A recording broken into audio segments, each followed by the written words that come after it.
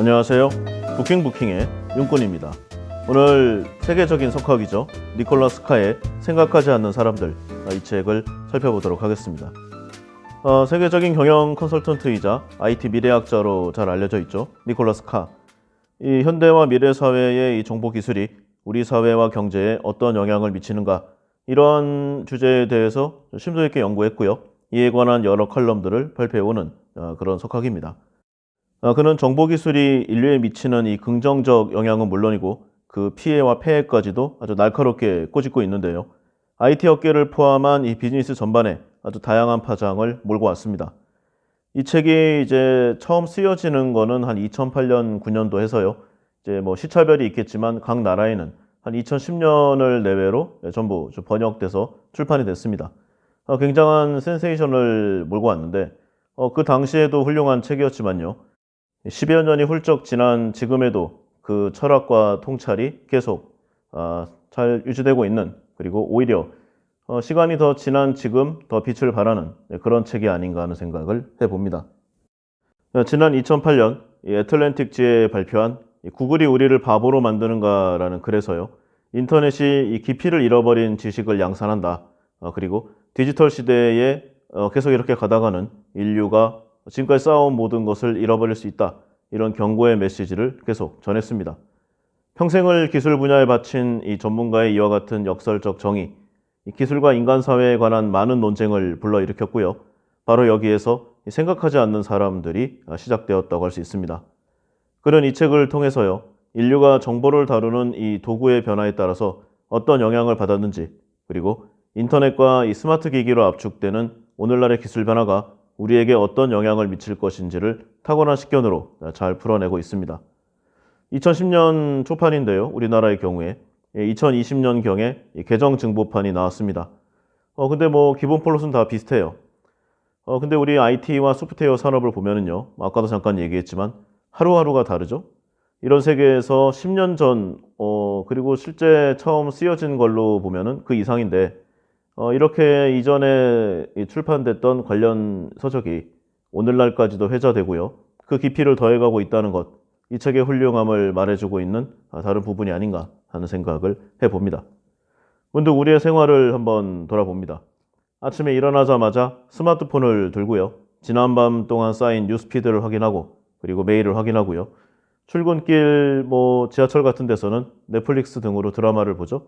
그리고 퇴근 후에는 저녁을 먹으면서 유튜브 알고리즘이 추천한 영상들을 몇 시간이고 보다가 잠이 듭니다. 아침부터 저녁까지 우리 손에서 스마트폰을 놓지 않는 이런 현대인의 일상, 우리는 스마트폰과 인터넷이 없는 세상을 어느덧 상상조차 할 수 없게 되었습니다. 심지어 오늘날 사람들은요, 필요한 정보나 지식을 도서관에서 찾지 않죠? 인터넷만 있으면 언제 어디서든 이 몇 번의 검색으로 손쉽게 정보를 습득할 수 있게 되었고요. 아주 자연스럽게 지식의 깊이보다는 효율성과 속도를 더 중요하게 여기고 있습니다. 사람들은 정보기술의 발전만큼 스스로가 더 똑똑해지고 있다고 생각하고 있는데, 과연 우리는 정말로 예전보다 더 스마트해졌을까? 이런 의문을 되새겨봅니다. 인터넷 시대가 시작된 이래로 점점 더 많은 사람이 집중력 저하와 이 건망증을 호소하고 있습니다. 이 책은 우리가 이 인터넷과 유튜브의 알고리즘을 떠도는 동안 우리 머릿속에서 깊이 사고하고 분석하고 사유하고 통찰하는 능력이 점점 감소하고 있다. 이를 뇌과학 이론을 빌어서 아주 세밀하고 정밀하게 진단하고 있습니다. 디지털 문명과 기술이 발달할수록 우리는 인터넷을 통한 아주 맥락 없는 정보만 추구하게 되었는데요. 이제 인터넷은 이 정보나 의사소통 자체를 단순화하고 분전하고, 그래서 우리에게서 깊이 생각하는 이 철학의 능력을 빼앗고 있다. 이렇게 정의할 수도 있을 것입니다. 이 저자인 니콜라스 칸은 이 책을 통해서요. 문명의 발달을 추적하고 인류의 사고 능력이 변화하는 과정을 상세히 설명하고 있습니다. 옛날 그 서령 문자, 그리고 상형 문자, 그리스 알파벳, 이렇게 좀 시간 순서에 이르는 문자의 발전이 우리의 읽기와 쓰기 방식에 미친 영향, 그리고 지도와 인쇄 매체의 발달이 추상적인 사고를 형성하는 과정들, 시계의 발명이 이 개인주의 사상의 주된 동력이 된 역사들을 잘 정리해서 한 권에 담아놨습니다. 그리고 이제 오늘날 정보기술이 가져온 놀라운 지적 변화를 잘 진단하고 있는데, 이런 인터넷이 우리에게 선사한 놀라운 편의성, 그러나 그 반면에 그 폐해까지도 계속 경고하고 이야기하고 있습니다.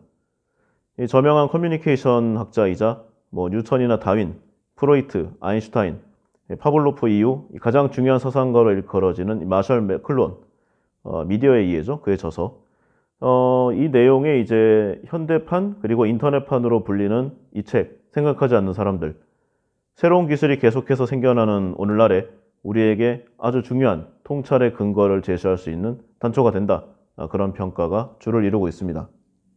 현재를 보면은요, 2021년 현재 한국의 스마트폰 보급률은 거의 100%에 육박하고 있습니다. 스마트폰과 인터넷은 이제 우리와 더욱 뗄래야 뗄 수 없는 존재가 되어버렸죠. 바로 지금도 이 전 세계 거대 인터넷 기업들은 이러한 기기에 머무는 시간을 최대화하도록 우리를 어떤 면에서는 프로그래밍화해서 우리의 사고와 선택을 아주 교묘하게 조정하고 있습니다. 인터넷이 우리 뇌의 구조를 바꾸고 깊이 사고하는 능력을 감소시킨다는 이 다양한 연구 결과와 그리고 지금의 디지털 환경을 만드는데 큰 역할을 한 스티브 잡스와 빌 게이츠 같은 사람들. 근데 그 사람들이요, 자신들의 자녀들의 이 스마트 기기 사용을 엄격하게 통제한다는 역설, 우리에게 많은 것을 시사하고 있습니다. 인터넷이 우리에게 미치는 영향력은 앞으로도 점점 더 커지겠죠. 만약에 디지털 문화가 우리에게 무해하다고 생각한다.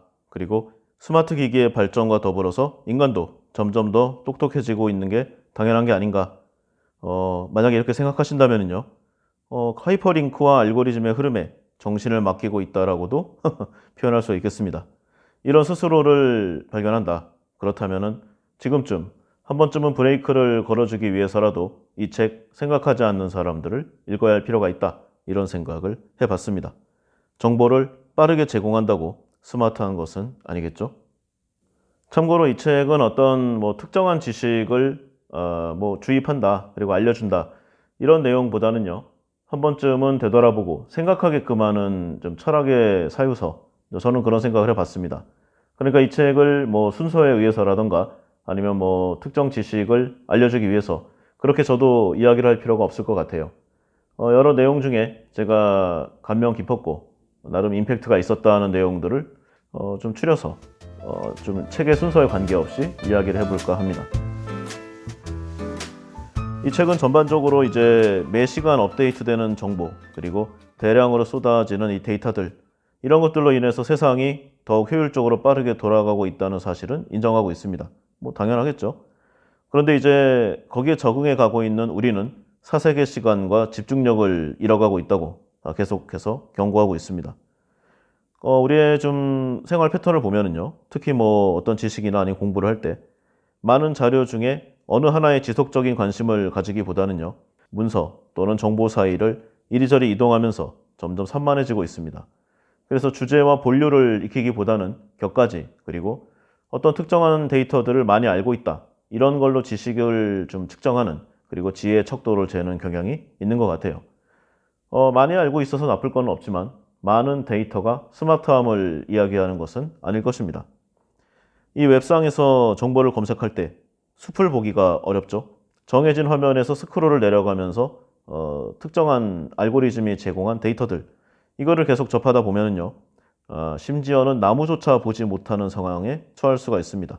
잔 가지와 어쩌면은 나뭇잎만 보다가 끝날 수도 있겠죠.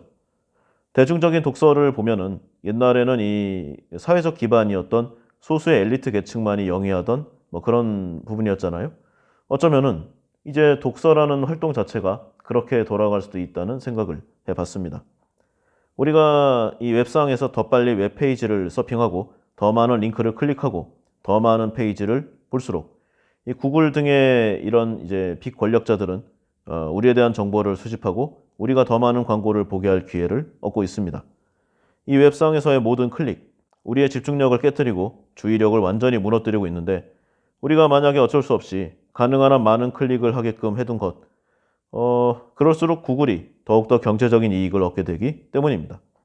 인터넷을 통한 진보적인 변화, 인간의 한 단계의 업그레이드가 아니라 한 기업의 이익 때문이라는 것이 요즘 많은 지식인들이 경고하고 있는 부분이기도 하죠.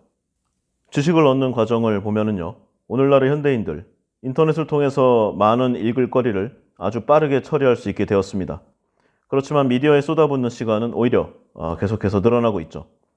저자는 이 선형적인 문서를 읽는 사람들이 링크가 가미된 문서를 읽는 사람보다 더 많이 이해하고 더 많이 기억하고 더 많이 배운다는 연구 결과를 소개하고 있습니다. 그리고 그것에 대한 논증, 근거 자료를 좀 제시하는데 많은 부분을 할애하고 있죠.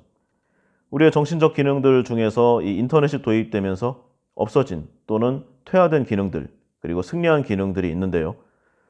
이 폐에서 밀려나는 정신적인 기능들을 보면은 주로 이제 조용하고 선형적인 사고를 지원하는 것들입니다. 예를 들어서 이제 긴 이야기를 읽거나 적극적으로 토론에 참여할 때, 이 과거에 일어난 일에 대해서 반성하거나 내부 또는 외부의 현상에 대해서 심사숙고할 때, 뭐 이럴 때 필요한 내용들이죠. 그런데 이제 반면에 좀 승자, 그러니까 새롭게 좀 개척된 능력이라고 하면은 다양한 형태를 지닌 각각의 정보 조각들을 아주 속도감 있게 배치하고 분류하고 평가하는 데 도움을 주는 기능들입니다. 이런 기능들은 이제 컴퓨터 알고리즘의 상대가 안 되죠. 근데 자꾸 사람들을 이런 쪽으로 훈련시키고 있는 셈입니다. 우리들 보통 이런 얘기들 많이 합니다. 컴퓨터에 의해서 우리의 일자리가 위협을 받고 있다. 이렇게 좀 얘기를 많이 하고 두려워하고 있죠. 뭐 경우의 차이는 있지만요. 예전에 우리가 어릴 적에 부모님들 또는 선대에게서 좋은 직업이라고 각광받고 있던 이 내용들이 점점 사라지고 있습니다. 특히 이제 인문학 베이스의 직업들은 이미 좀 사라졌고요. 나름 좀 전문가 영역이라고 보여졌던 금융, 증권, 뭐 이런 쪽도 지금 거의 뭐 사라지고 있어요. 예전에 골드만삭스에서 펀드 매니저들 700여 명이 한순간에 해고된 사건이 가장 임팩트 있는 사건이었다고 알고 있었는데 좀 찾아보니까요. 그 뒤로 더욱 어마무시한 그런 해고된 이 케이스들이 있었습니다. 그런데 너무 많이 일어나니까 이제는 회자되지도 않아요. 어느 순간 이제는 뭐 이벤트성의 내용도 아니다. 이제는 상시적으로 일어나는 일이다. 이런 인식이 되어버렸습니다. 우리가 점점 더 인간적인 능력을 키워야 하는 이때 우리는 컴퓨터가 할 수 있는 내용들만 더욱 머릿속에 집어넣고 있는 그런 상황입니다. 우리의 뇌를 보면은 현대의 컴퓨터에 비하면은 거의 뭐 계산기 수준도 안 되죠. 그런데 이런 방식으로 이쪽의 능력을 키우고 이렇게 훈련당하다 보면은 과연 미래에는 어떻게 될 것인가? 인류는 점점 더 떨어지는데 컴퓨터 또는 인공지능으로 대표되는 이런 미래지능 이런 쪽은 더 개발하다 보면은 결국 인간은 어떻게 될 것인가? 이런 존재론적의 문제까지 가게 됩니다. 컴퓨터보다 인간다운 능력을 기르고 인간다운 생각을 하기 위해서는 어떻게 해야 되는가? 효율적인 정보 수집을 위해서 시간과 함께 아주 비효율적이라고 생각되는 부분도 신경 쓸 필요가 있다고 하겠습니다. 그러니까 이제 사색의 시간, 컴퓨터의 시각으로 보자면은요, 사색의 시간은 의미가 없는 내용입니다. 연산 결과가 있으면은 바로 출력을 하는 거고요. 연산 결과의 데이터 값이 없으면은 바로 에러가 뜨는 거죠. 그러면 새로운 데이터가 나올 때까지 기다리는 건데 이 새로운 데이터를 만들어내는 능력이 바로 인간의 능력이지 않습니까? 그런데 이 능력이 점점 사라지고 그리고 이미 대부분 없어졌다. 이게 저자의 냉혹한 평가입니다. 기계를 작동하는 시간과 함께 정원에 멍하게 앉아있는 흔히 우리의 멍 때린다고 하죠. 이렇게 의미 없는 시간을 보낸다는 이런 과정, 인간만이 할 수 있는 사색의 시간을 되찾자 저자가 주는 미래사회에 살아남는 한 가지 팁이라고 생각을 합니다.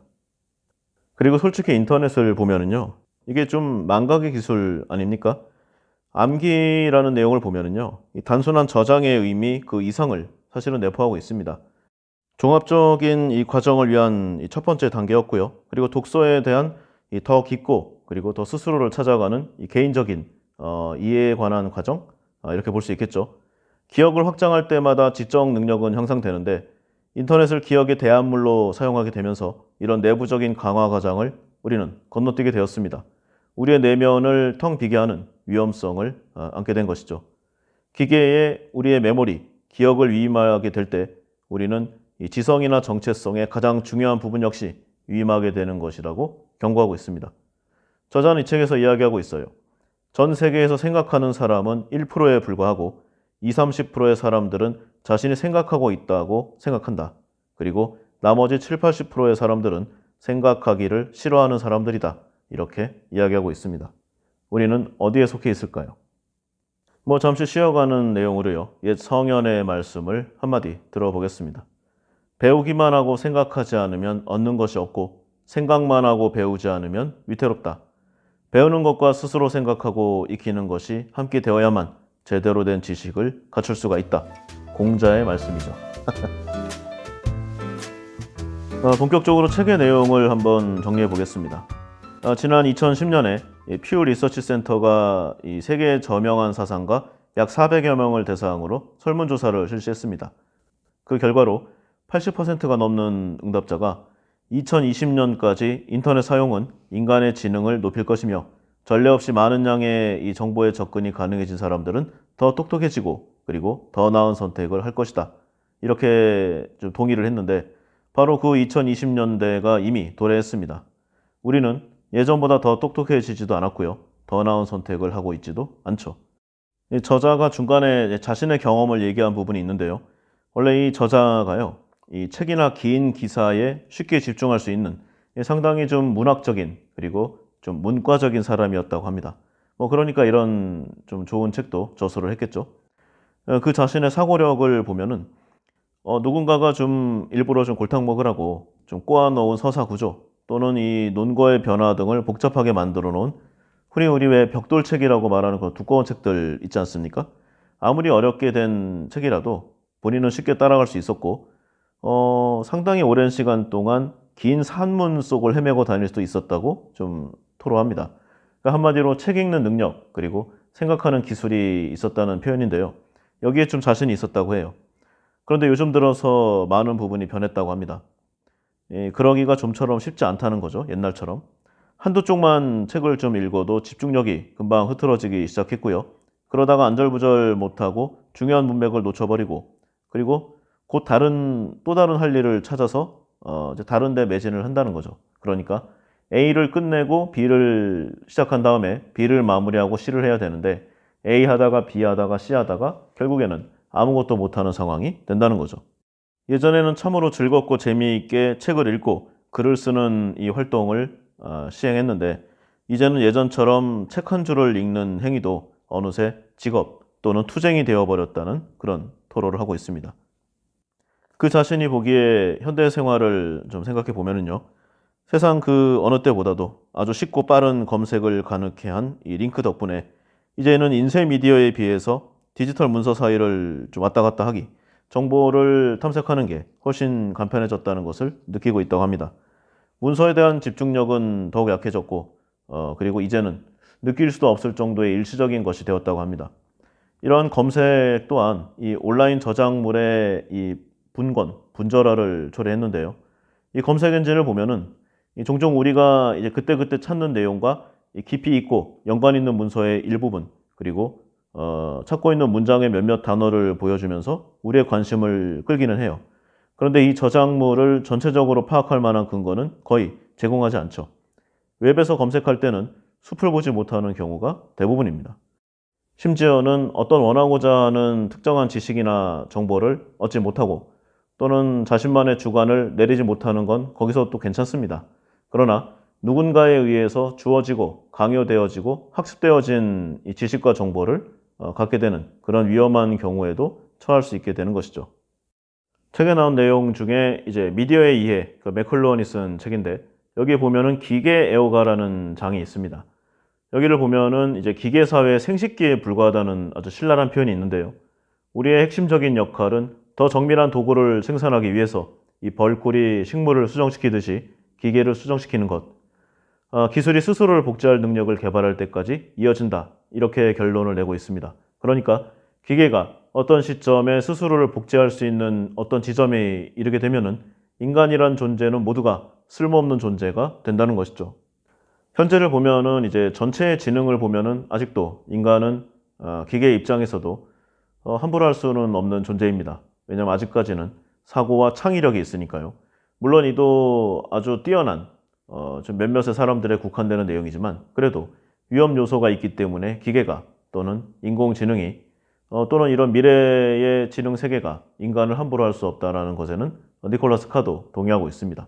그러나 기계의 진보는 굉장히 빠르게 흘러가고 있고 사람은 점점 퇴화되는 이 시점에 결국 그 임계치는 언젠가 오게 된다는 것이죠. 마치 예전에 그 이기적 유전자에서 인간은 단지 DNA의 이동 저장 장치에 불과하다는 것처럼요.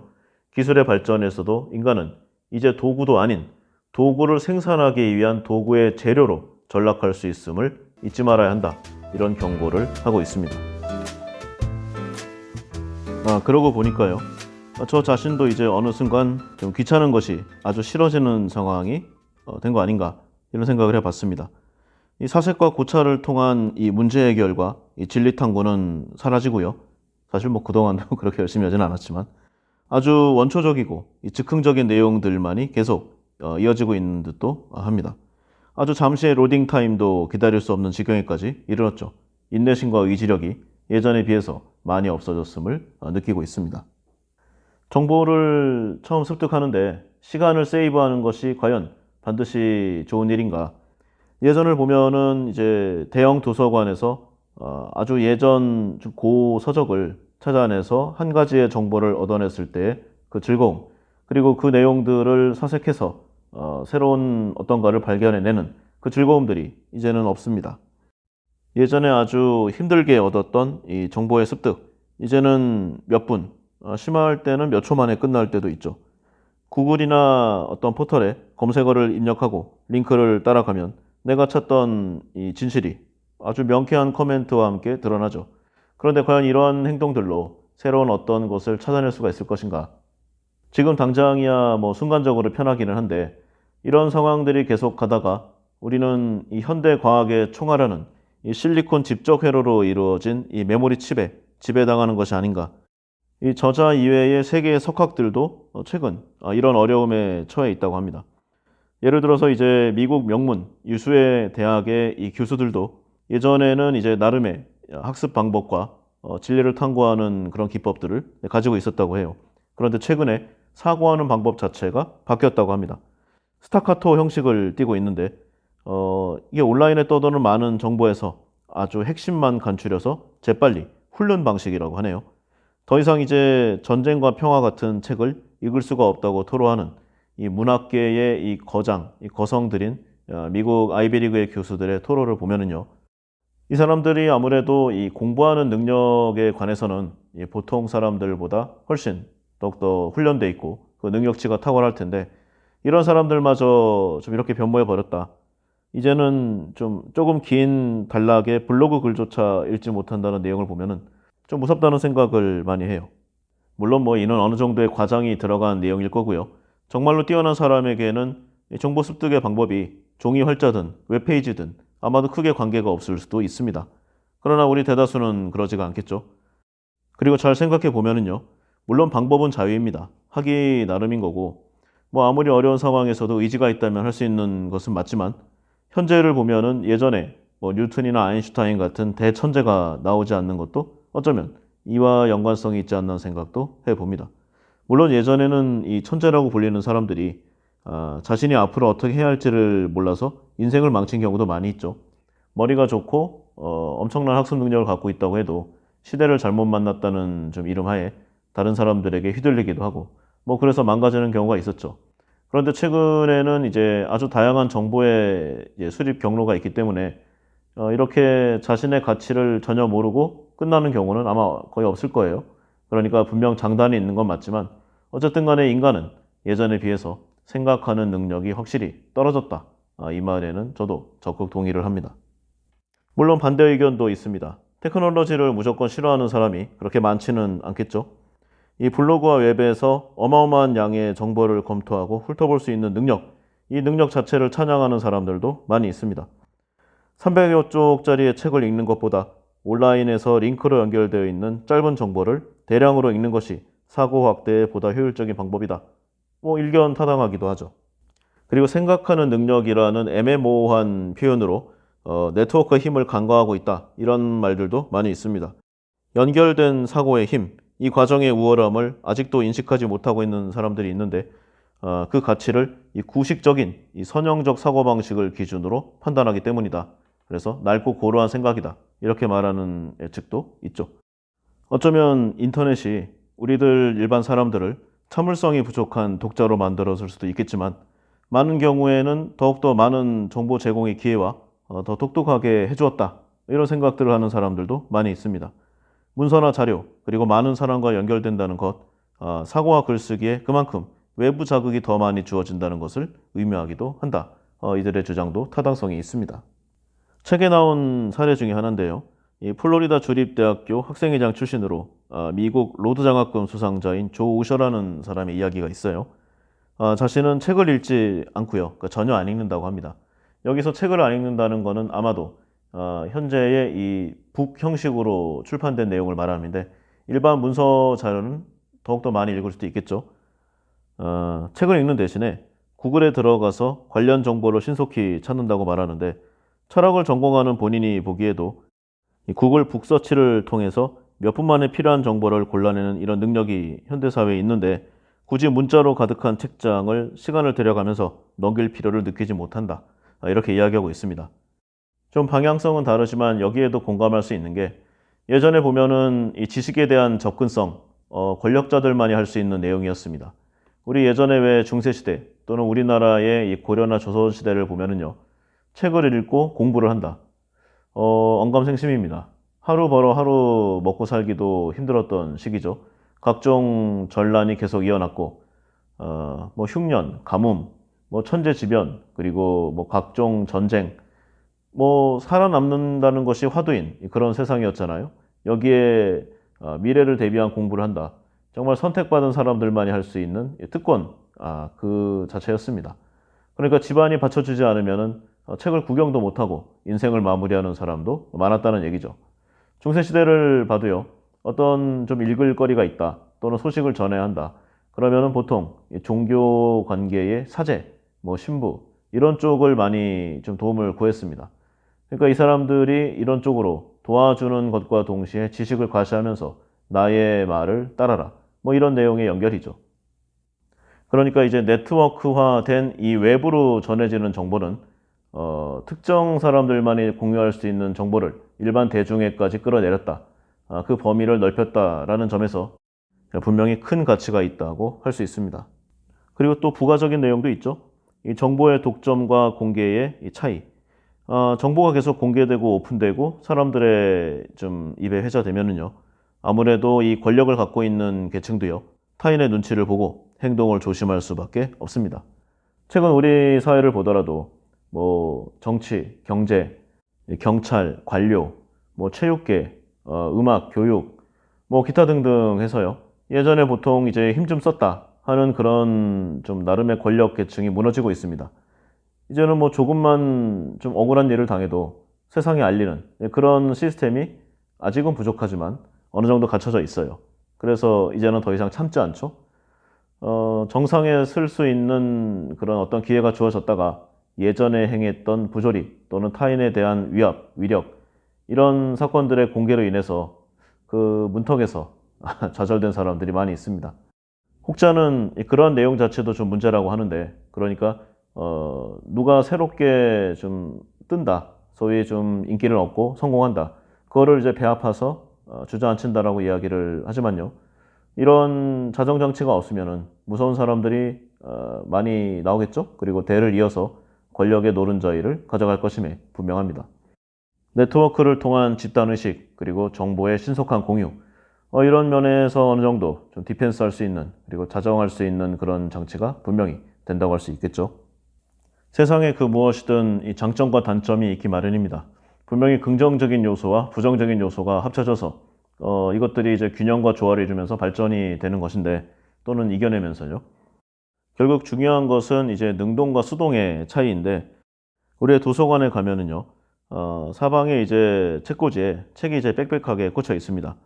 이거를 보고 정보의 홍수라고 불안해하는 사람은 그리 많지 않을 것입니다. 거의 없겠죠.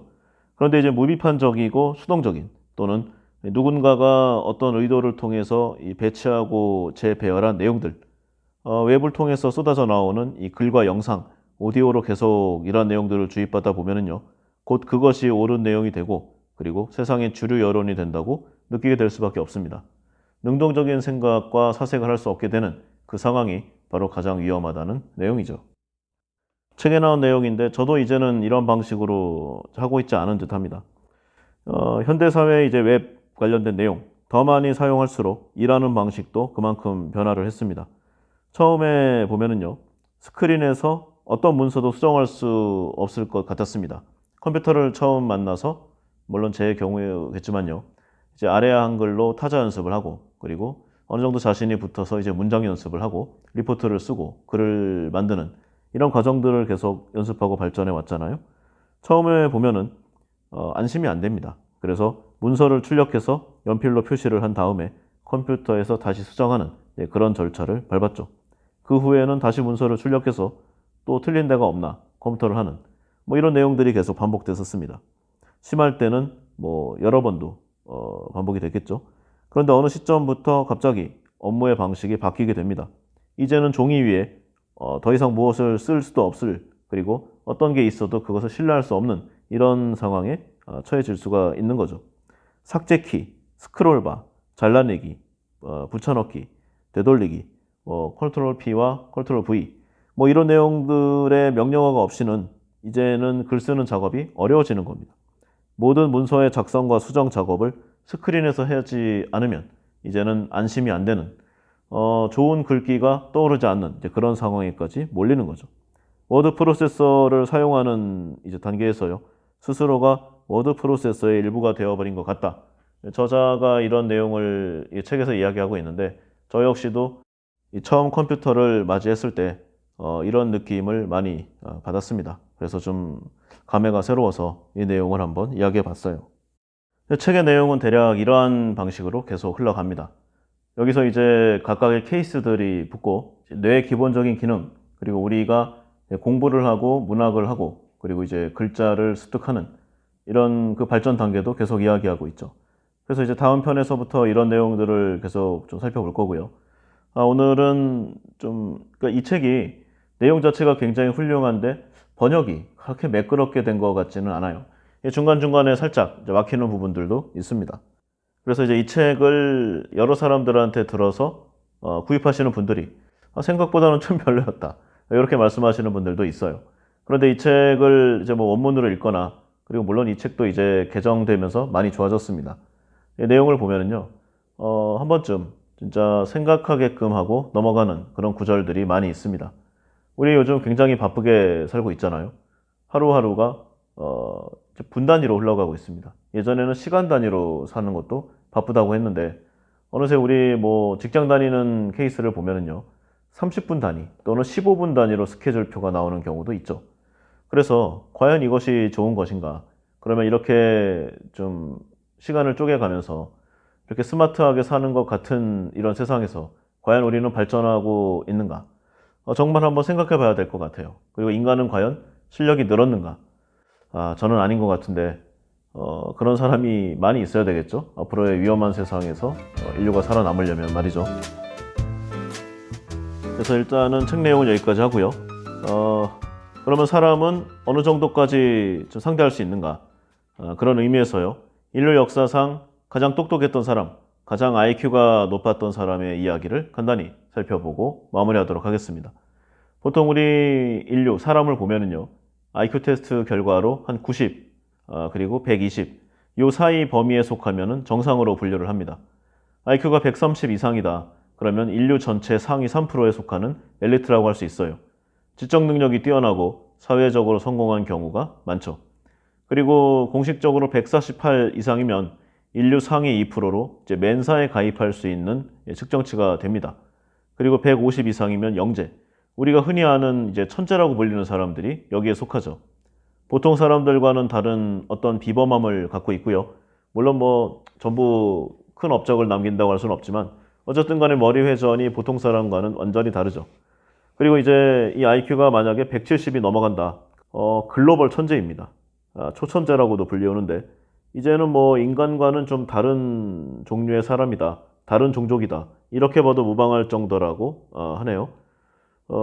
아주 엄청난 능력을 보이기 때문에 오히려 사회적으로는 안정적인 삶을 살지 못하는 경우도 있다고 합니다. 여기에 관계된 내용을 연구하는 이 연구소와 박사 연구진들에 따르면은 좀 추적이 가능한, 이 트래킹이 가능한 이 초천재 유아들을 어릴 때부터 정밀 추적한 결과 대부분이 사회에 잘 적응하지 못했고요. 또 80% 이상이 이제 경증과 중증의 차이는 있지만 정신병을 앓고 있었다고 합니다. 이 정신병은 이제 선천적이라기보다는 이러한 이제 초천재 유아들이 이제 성인이 되면서요. 일반적인 이 사회 그리고 주변 사람들과 똑같이 어울리지 못하고 그리고 이제 주변의 과도한 주목과 시선으로 받는 이 스트레스 등으로 인해서요. 후천적으로 나타난 것이 많았다고 하네요. 그러니까 이게 뭐 천재고 아니고를 떠나서요. 저는 이런 생각을 많이 합니다. 이제 개인화된 사회잖아요. 그러니까 다른 사람의 시선을 좀 차단해도 괜찮을 것 같아요. 다른 사람의 시선에 신경 쓰는 인생을 우리는 어릴 때부터 뭐 부모라든가 사회라든가 학교, 친구 많이 해왔잖아요. 그런데 보통 이제 남이 뭐 나를 좀 주시한다. 누군가의 시선을 신경 쓴다. 그런데 그 주체가 누구냐고 물어보면 제대로 대답하지 못합니다. 그러니까 누군가가 만들어낸 이 남이라는 환상 속에서 자신의 행동을 제약하는 이런 행동, 빨리 좀 벗어났으면 하는 바람이 있어요. 우리 길게 살아봐야 100살이기 때문에 하고 싶은 행동을 할 수 있는 그런 용기가 필요하지 않나 이런 생각을 많이 합니다. 좀 다른 쪽으로 이야기가 빠졌는데 어쨌든 간에요. 지금까지 측정된 인류의 IQ 중에서 가장 높은 IQ를 가진 사람은 누구인가? 미국 뉴욕 태생인 윌리엄 제임스 사이디스라는 사람입니다.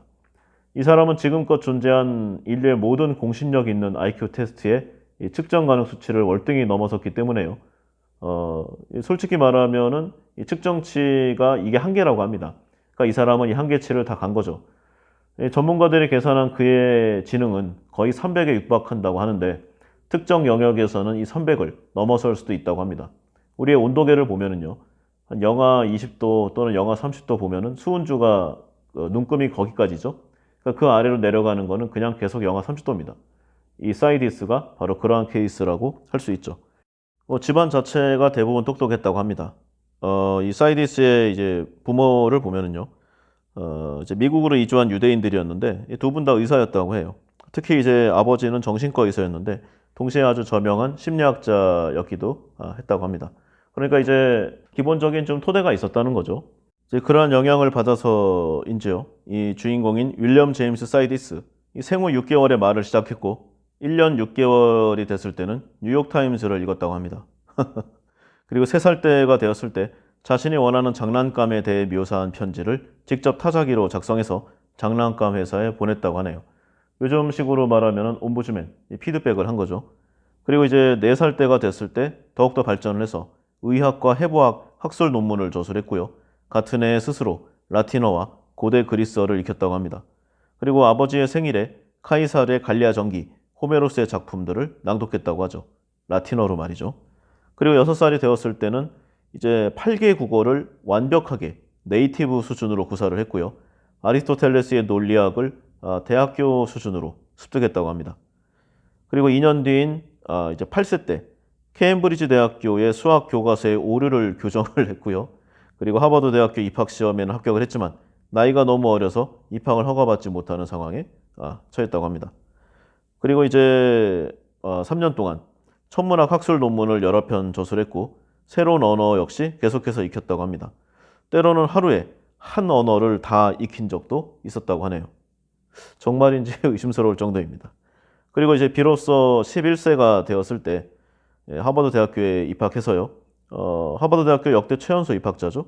수학을 전공해서 그 당시 이제 같은 수학과 학생들과 교수들 앞에서 4차원 물체 비유클리드 기하학에 대해서 강의했다고 합니다.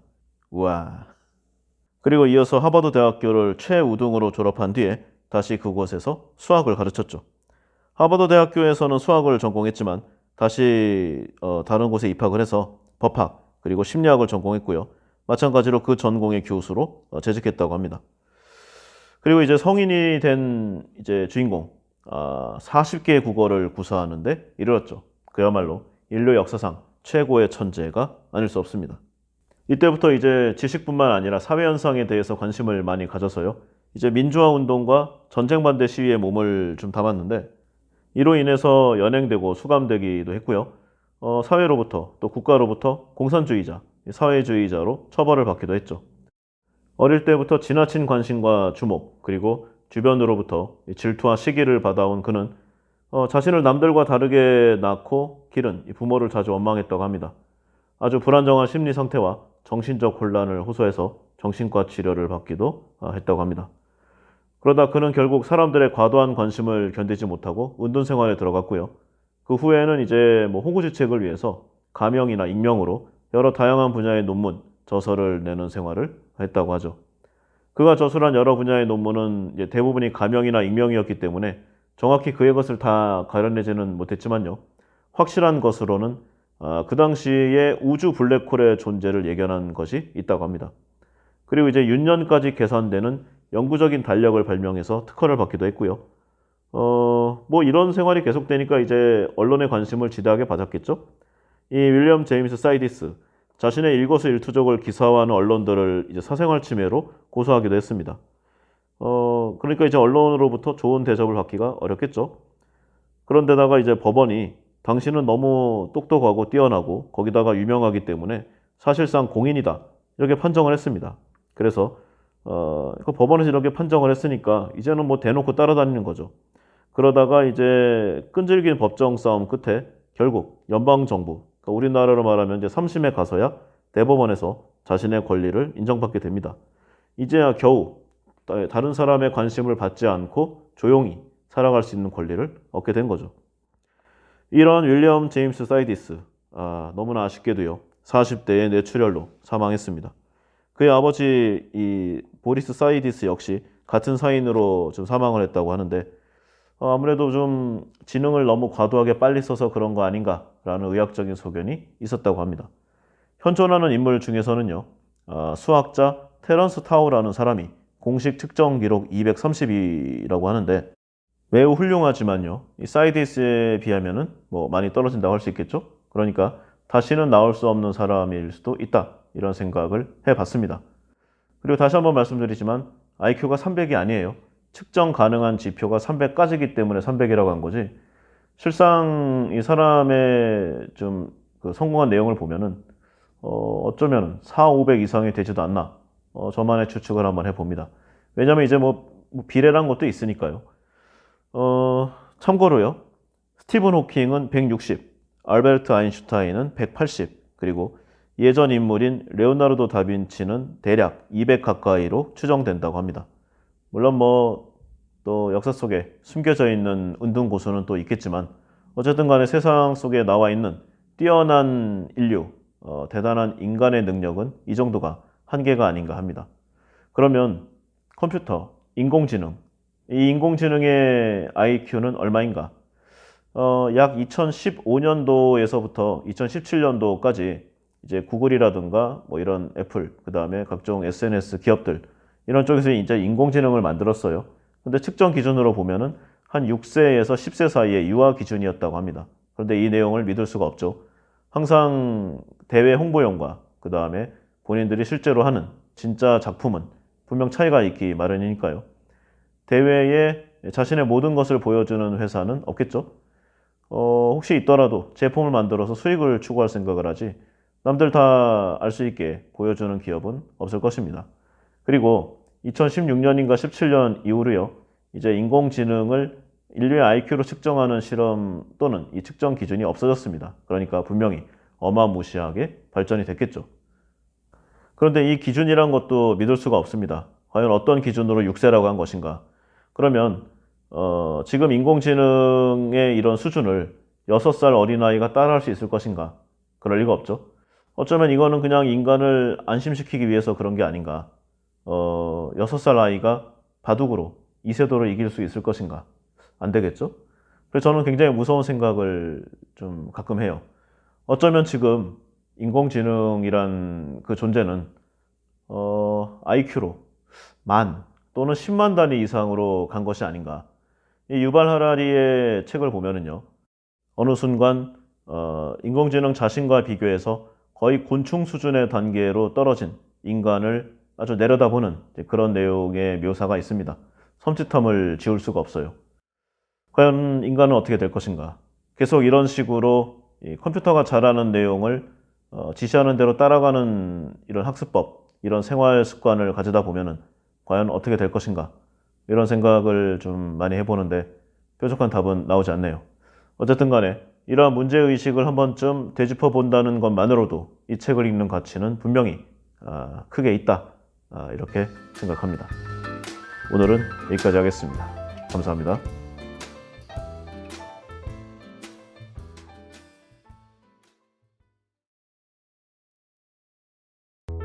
안녕하세요.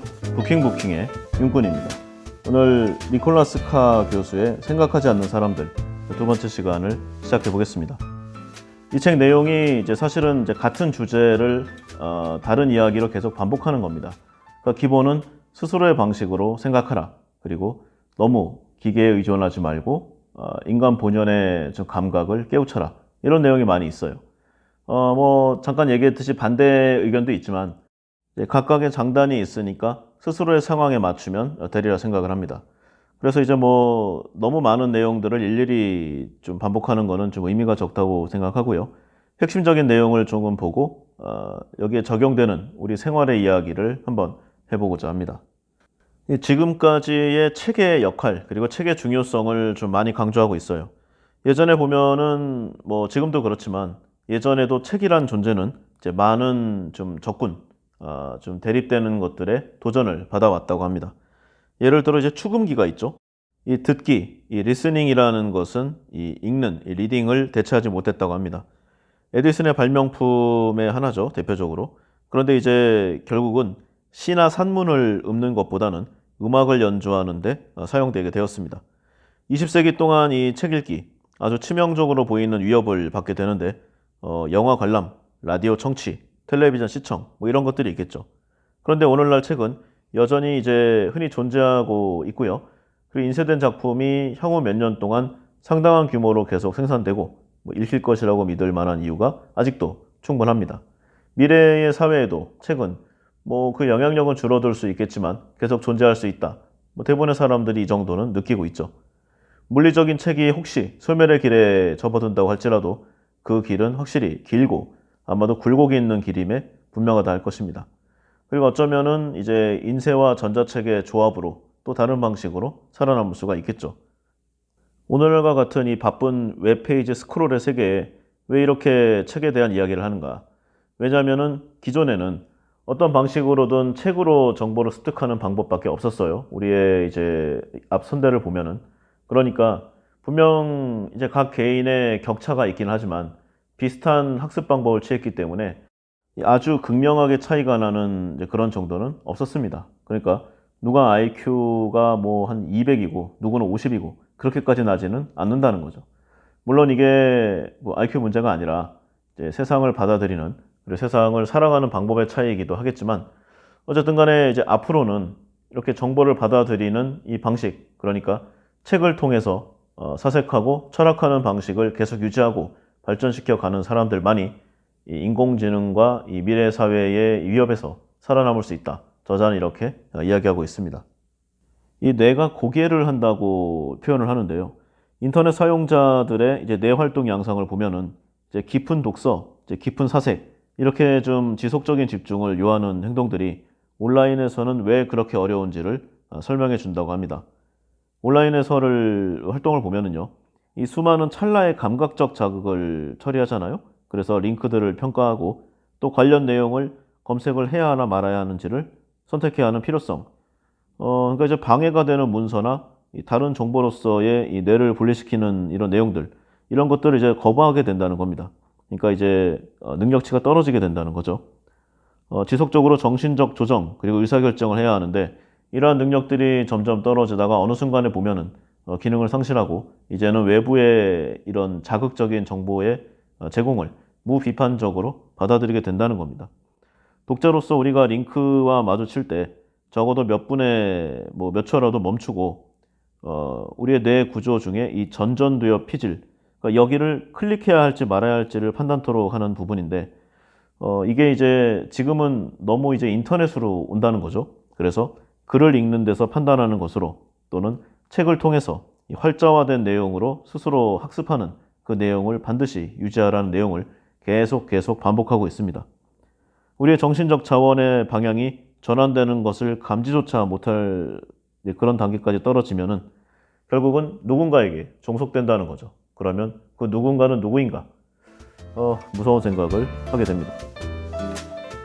왜 우리 영화를 보면은요, 뭐 드라마일 경우도 있지만 수사물, 추리물, 뭐 형사나 이런 좀 지능범들이 나오는 그런 내용들, 보통 보면은 이제 화이트보드 전체에 사건에 관계된 모든 자료를 붙여놓고 계속 좀 연결해보고 동시에 전체를 확인해보고 이렇게 좀 종합적으로 사고를 하죠. 시줄과 날줄을 이어 붙여서 전체를 보려고 노력을 합니다. 예전에 보면은 왜 독일을 비롯한 이 유럽의 이제 생각카드 아시나요? 이렇게 이제 왜 우리 옛날에 왜 단어장이라고 하는데 요즘 세대는 잘 모르겠네요. 왜 영어 단어나 국어 단어를 써놓고 각각의 뜻을 좀 외우는 그런 카드들이 있었습니다. 이거를 이제 뭐 명함첩 같이 이제 길쭉하게 돼 있는 곳에 배치를 하는 거죠. 그러면은 처음에는 이제 어떤 생각의 흐름이나 공부의 순서에 따라서 뭐 각각 다른 내용들이 오지만 이걸 나중에 이제 일정 수준이나 일정 배열, 어떤 주제나 정렬 차례에 의해서 재배열을 하게 되면은 전혀 다른 정보의 좀 어떤 인사이트가 나온다는 겁니다. 그래서 이러한 좀 내용들이 쌓이고 종합적으로 모이다 보면은 결국 이 발명과 이 특허의 나라, 독일이 완성됐다. 뭐 이런 내용들을 많이 이야기했습니다. 그러나 현대 우리는 어떠한가? 여기 독일도 예전에 비해서 많이 변했고 예외가 없다고 합니다. 아주 지엽적이고 단편적인 지식들만이 존재를 하고요. 오직 그것을 외울 뿐이죠. 참고로 제가 개인적으로 알고 있는 아주 좀 부유층 집안이 좀 있습니다. 저희랑은 뭐 좀 선대에서 알고 있었던 집안인데, 소위 말하는 뭐 국내 10대 재벌, 그 바로 다음 정도 된다고 보면 될 겁니다. 근데 여기 뭐 재산 자랑을 하려는 게 아니라 이 집안에서 이제 아이들의 교육을 어떻게 하는가를 좀 많이 봤어요. 일단은 학교는 보내는 이제 자녀가 있고 안 보내는 자녀가 있습니다. 그러니까 안 가도 그만인데 굳이 뭐 가겠다고 하면은 말리지는 않는다 정도로 해요. 그리고 각각의 과목을 정해서 각각의 선생님들을 따로 붙입니다. 그러니까 예전식으로 말하면 과외죠. 그런데 뭐 수학 과외, 영어 과외 이런 게 아니에요. 전부 생각하고 논리적으로 학습하는 능력을 가르치는 철학 선생님들이 대부분입니다. 다만 그 철학을 영어로 가르치는 거죠. 볼 때마다 대단하다고 생각합니다. 개인적으로 보면은 그 아이들 한 명 한 명이 아주 뛰어나다는 생각은 못했어요. 그냥 뭐, 또래 아이들에 비해서 보통 또는 조금 뛰어난 정도? 이렇게 생각을 했었는데요. 이러한 교육을 10년 이상 하다 보니까요. 이제는 차이가 많이 벌어져 버렸습니다. 물론 일반적인 이제 학교 교과 수준으로 말하면은 어쩌면 그냥 일반적인 좀 교육을 받았던 학생들이 점수가 더 높게 나올 수는 있겠죠. 그런데 누차 말씀드리지만 이제는 그런 시대가 아니라고 했잖아요. 그리고 이제는 학교도 점점 그 가치를 잃는 속도가 빨라지고 있습니다. 초중고 이렇게 열심히 공부를 해서 정말 살인적인 공부기계 생활을 해서 소위 말하는 명문대에 합격을 했다. 그러면 지금 코로나로 언택트 교육입니다. 예전처럼 동기도 없고 교수가 급조한 정말 퀄리티가 있는지 없는지도 모를 그런 온라인 수업을 받게 되는 거죠. 그리고 그렇게 함에도 대학 등록금은 여전히 비쌉니다. 뭐 이것도 여담의 한 가지지만 뭐 인문계와 공대의 차이가 있겠지만요. 어쨌든 간에 한 학기에 최소 500만 원 이상, 뭐 비싼 과는 1000만 원이지만 그러면 700만 원 잡아 보겠습니다. 그러면은 보통 책값이 한 2만 원 정도 하니까요. 300권 이상을 살 수가 있죠. 조금 알뜰한 사람이라면 마일리지까지 착실히 모은다면은요. 400권도 살 수가 있습니다. 그러면은 이것이 이제 8학기잖아요. 그런데 책에는 이제 뭐 전공서적까지 비싼 책도 있고 일반 좀 단행본 같이 조금 보급형도 있으니까 뭐 이래저래 계산해서 2,000권을 살 수 있다고 계산해 보겠습니다. 만약에 어떤 사람이 양질의 책을 2,000권을 읽었다. 그 사람은 반드시 무언가를 하지 않겠습니까? 저는 그런 생각을 항상 합니다. 그러니까 물론 대학 교육 이상의 과정을 공부하면서 지식의 습득만이 있는 건 아니겠죠. 다른 사람들과의 과정, 그리고 새로운 사람들을 만나서 시너지 효과를 일으키는 그런 네트워크 힘도 있겠고요. 어떻게 사람이 2,000권의 책을 4년 동안 읽겠습니까? 그리고 읽더라도 좀 그렇게 모든 것을 흡수하기는 어렵겠죠. 그러니까 보다 선대에 보다 좀 확실히 검증된 이제 교수라는 이제 스승의 가르침을 받아서 거기에 정수만을 뽑아서 교육을 받는 그런 과정도 분명히 필요하겠죠. 그러나 오늘날 우리 사회를 보면은 과연 이 교수로 대표되는 이 직군이 그렇게 열심히 스스로를 절차탕마하는가? 물론 이제 개개인에 따라서 케이스 바이 케이스겠지만 저는 그렇지 않은 경우도 많이 봤습니다. 이 개발도상국 시대에 우리나라가 매년 20% 가까이 성장하는 그런 초고도 성장기 때라면요. 대학에 가는 것이 분명히 도움이 됩니다. 왜냐하면 대학만 합격하면은 아무리 대학교에서 대충 해도 취직하는 데 문제가 없었거든요. 그러면 회사에 가서 다시 배우면 되는 겁니다. 지금까지 그렇게 잘 버텨왔죠. 그런데 이제 완전히 달라졌죠. 이제 정말 어지간한 대학을 나와도 확실히 할 수 있는 게 없으면 취업 경쟁률 기본 100대 1, 200대 1이 기본입니다. 이런 상황에서 과연 기존의 학습법 그리고 기존의 사고법을 유지할 필요가 있는가? 그리고 그렇게 해서 과연 살아남을 수가 있는가? 여러 가지로 생각을 하게 만드는 요즘 세상입니다. 얘기가 좀 벗어났는데요. 이제 현대의 도구가 가져오는 이 가능성과 한계에 관한 얘기도 많이 합니다. 오늘날의 이 외부로 대표되는 이 지식 체계를 보면은요, 기본적으로 멀티태스킹이에요. 그러니까 이걸 보면서 저걸 학습하고, 이 내용의 정보를 보면서 저쪽을 관찰하는 뭐 이런 내용이죠. 피상적 수준으로 계속 숙련되기를 배우는 것인데, 그러니까 한 분야에 대한 고도의 집중력이 있기는 어렵겠죠. 이에 관해서 로마 시대 철학자인 세네카 이미 2000년 전 이상의 이 생활을 잘 표현해 놨습니다. 그는 모든 곳에 있는 곳은 아무 곳에도 없는 것이다 라고 했는데 과연 오늘날의 생활에 아주 적합한 표현이 아닌가 하는 생각을 해봤어요. 그리고 이제 능력 이외의 것에서도 문제가 생긴다고 합니다. 우리가 이 기술의 힘을 지니기 위해서 지불한 대가, 바로 소외인데요. 지적 기술에 있어서 특히 크다고 합니다. 사고의 도구들이 확장되고 그 대가로 우리의 자연스러운 능력들 중에 가장 사적이고 인간적인 것들, 그러니까 이성, 인식, 기억, 감정, 뭐 이런 내용들이 이제 마비된다는 거죠. 대표적으로 책에서는 이제 기계식 시계를 얘기하는데 우리가 언제 먹고 일하고 자고 일어나고 이런 걸 정하는데 우리는 예전에는 이제 감각에 이걸 맡겼잖아요. 그런데 이제는 시계에 복종하기 시작을 했습니다. 우리는 예전 사람들보다요 더 과학적이 되었지만 동시에 더 기계적이 되기도 했다. 이런 표현도 가능하겠죠. 이런 상황에 관해서 몇 가지 좀 조언하는 사람들이 있습니다. 페이스북의 전직 임원이 좀 얘기했는데요. 깨닫지 못하겠지만 당신은 이미 프로그램화되어 있다. 이렇게 아주 강조를 했습니다. 프로그램의 목적이 기기에 머무는 시간을 최대화하는 것인데요. 이 용어가 라스베이거스와 실리콘밸리 양쪽에서 매우 흔히 사용되고 있다고 합니다. 기업들은 정보를 이용해서 더 중독적인, 더 사람들을 앱에 오래 머무를 수 있는 프로그램들을 만들고요. 그 결과로 이제 비례해서 돈이 흘러 들어오는 구조가 되는 것이죠. 이 소설가이자 비평가인 신시아 오지크, 이 데이터라는 것에 대해서요, 역사 없는 기억이라고 서술하고 있습니다. 스마트폰과 그 회사들이 우리의 뇌를 무단으로 빼앗고 프로그램하는 것을 허용한 결과 어떤 근본적인 문제를 낳는지에 대해서 짚어내고 있는 거죠. 이런 추론과 기억 능력을 제약하거나 또는 이 같은 능력을 이 기계나 기업에 넘겨버린다면 우리는 정보를 지식으로 전환시키는 능력을 잃게 된다. 이렇게 이야기하고 있습니다. 현대사회의 이 데이터 사회 발전의 결과로 우리는 데이터라는 선물을 얻게는 되었지만 결국 그것을 어떻게 활용해야 하는지 그 능력의 의미를 잃어버리고 있다는 것이죠. 이러한 문화적인 시간의 흐름을 수정하지 않는다면 결국 되돌릴 수 없는 인터넷의 유산이 될 것이고요. 인류는 결국 기계에 의해서 필요 없어지게 되는 존재로 전락하게 될 수 있다. 이렇게 이야기하고 있습니다. 그리고 좀 다른 생각도 해봤어요. 미래에는 뭐 인공지능이 인간을 지배한다. 또는 뭐 새로운 지능이 나온다. 이런 내용들이 많이 있습니다.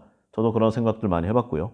그런데 현재를 보면은 어쨌든 간에 아직까지는 인간이 인간을 지배하는 시대라고 볼 수 있어요.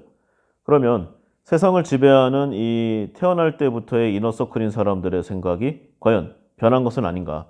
오늘날 이렇게 점점 인간화를 좀 잃어버리고 기계화되는 이러한 좀 세태. 어쩌면은 좀 세상의 중추에 모여있는 어떠한 결정권자들이 결국 인간에게서 기대할 것이 없다.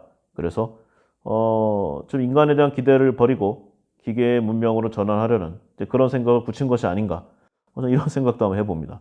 굉장히 공상과학 만화적인 생각이긴 한데요. 지금까지 인류의 진보를 보면은 인간의 이제 노동력, 뭐 주로 뭐 노예와 같은 인식이지만 어쨌든 간에 사람의 역량을 최대한도로 효율적으로 이용하려는 노력의 일환들이었습니다. 예를 들어 보면은 이제 농업혁명으로 인간의 숫자가 증가했고요. 산업혁명으로 각 개체의 효율성이 증대됐죠. 그리고 3차 혁명으로 인간의 지적 능력을 최대한 활용하는 방식으로 산업이 변했습니다.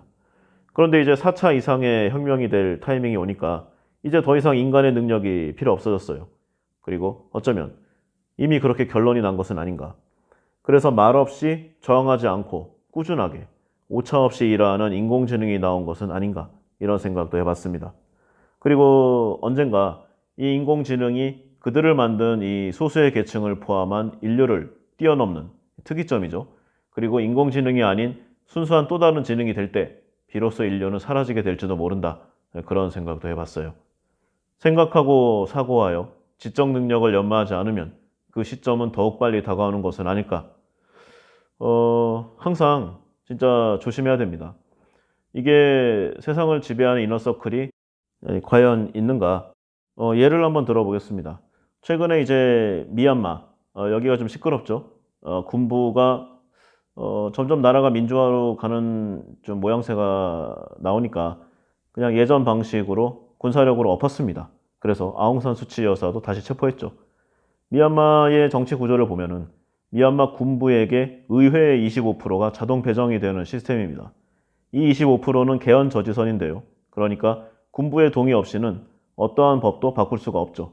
국가의 지도자는 사실상의 바지사장인 겁니다. 이럼에도 양이 안 차서 군부의 쿠데타 그리고 계엄 선포가 이어지는 거죠. 허수아비 정부 같은 이 미얀마 같은 나라가 이러할 진데 세계를 마쿠에서 조종하는 세력이 없다는 것이 더 이상하지 않을까요? 단지 좀 더 보이지 않게 힘을 쓸 뿐인 것은 아닌가. 앞으로의 세계에서 살아남는 방법, 스스로가 가치 있음을 증명하는 것입니다. 그리고 그것은 아마도 인공지능이 하지 못하는 종류의 능력치가 아닐까, 이런 생각도 해봤습니다. 자, 그럼 이 책에서는 지금까지 계속해서 뭐 책 전체 내용이 그렇지만요. 미래의 이제 인공지능에 대비해서 개인의 철학적 그리고 주관적 능력을 길러라. 스스로 사고하고 사색하는 방법을 길러라. 계속 이런 내용을 이야기하고 있습니다. 그런데 저자도 어느 정도 인정을 하지만 결국 미래 사회는 오고야 말겠죠. 지금도 상당 부분 우리 눈앞으로 왔고요. 결국 인간은 지금의 위치를 어떻게든 간에 잃게 될 겁니다. 그중에서 이제 어떤 독특하고 특출난 사람들이 자신의 위치를 차지하는 경우가 생길 수는 있겠지만 전체를 보면은 결국 지금보다 안 좋은 그런 상황에 떨어질 수 있다는 거죠. 그러면 인공지능 사회에 어떻게 될 것인가? 이것을 이제 과거의 이제 로마 시대와 치환해서 생각해 보는 내용이 있어서 그 내용을 좀 정리해서 이야기해 보고자 합니다. 앞으로의 인공지능 시대에 우리들은 인류는 과연 무엇을 할 수 있는가? 이런 내용에 대한 답변이죠. 예전에 이제 로마 시대에 이런 내용들이 좀 적용이 될 수 있다고 합니다. 로마가 이제 왕정, 그 다음에 공화정, 그 다음에 황제가 있는 제정, 이제 이런 역사적 이제 맥락으로 발전하는데요. 이게 발전인지 아닌지는 모르겠지만 이 공화국 시대의 군인들을 보면은 이제 직업 군인들이 아니고 대부분 평상시에는 이제 시민으로 활동을 하다가 뭐 대부분 농업 같은 곳에 종사를 했겠지만 전쟁이 나던가 아니면 여차할 때 군대에 이제 그 병사가 되는 이런 시민군의 개념이었습니다.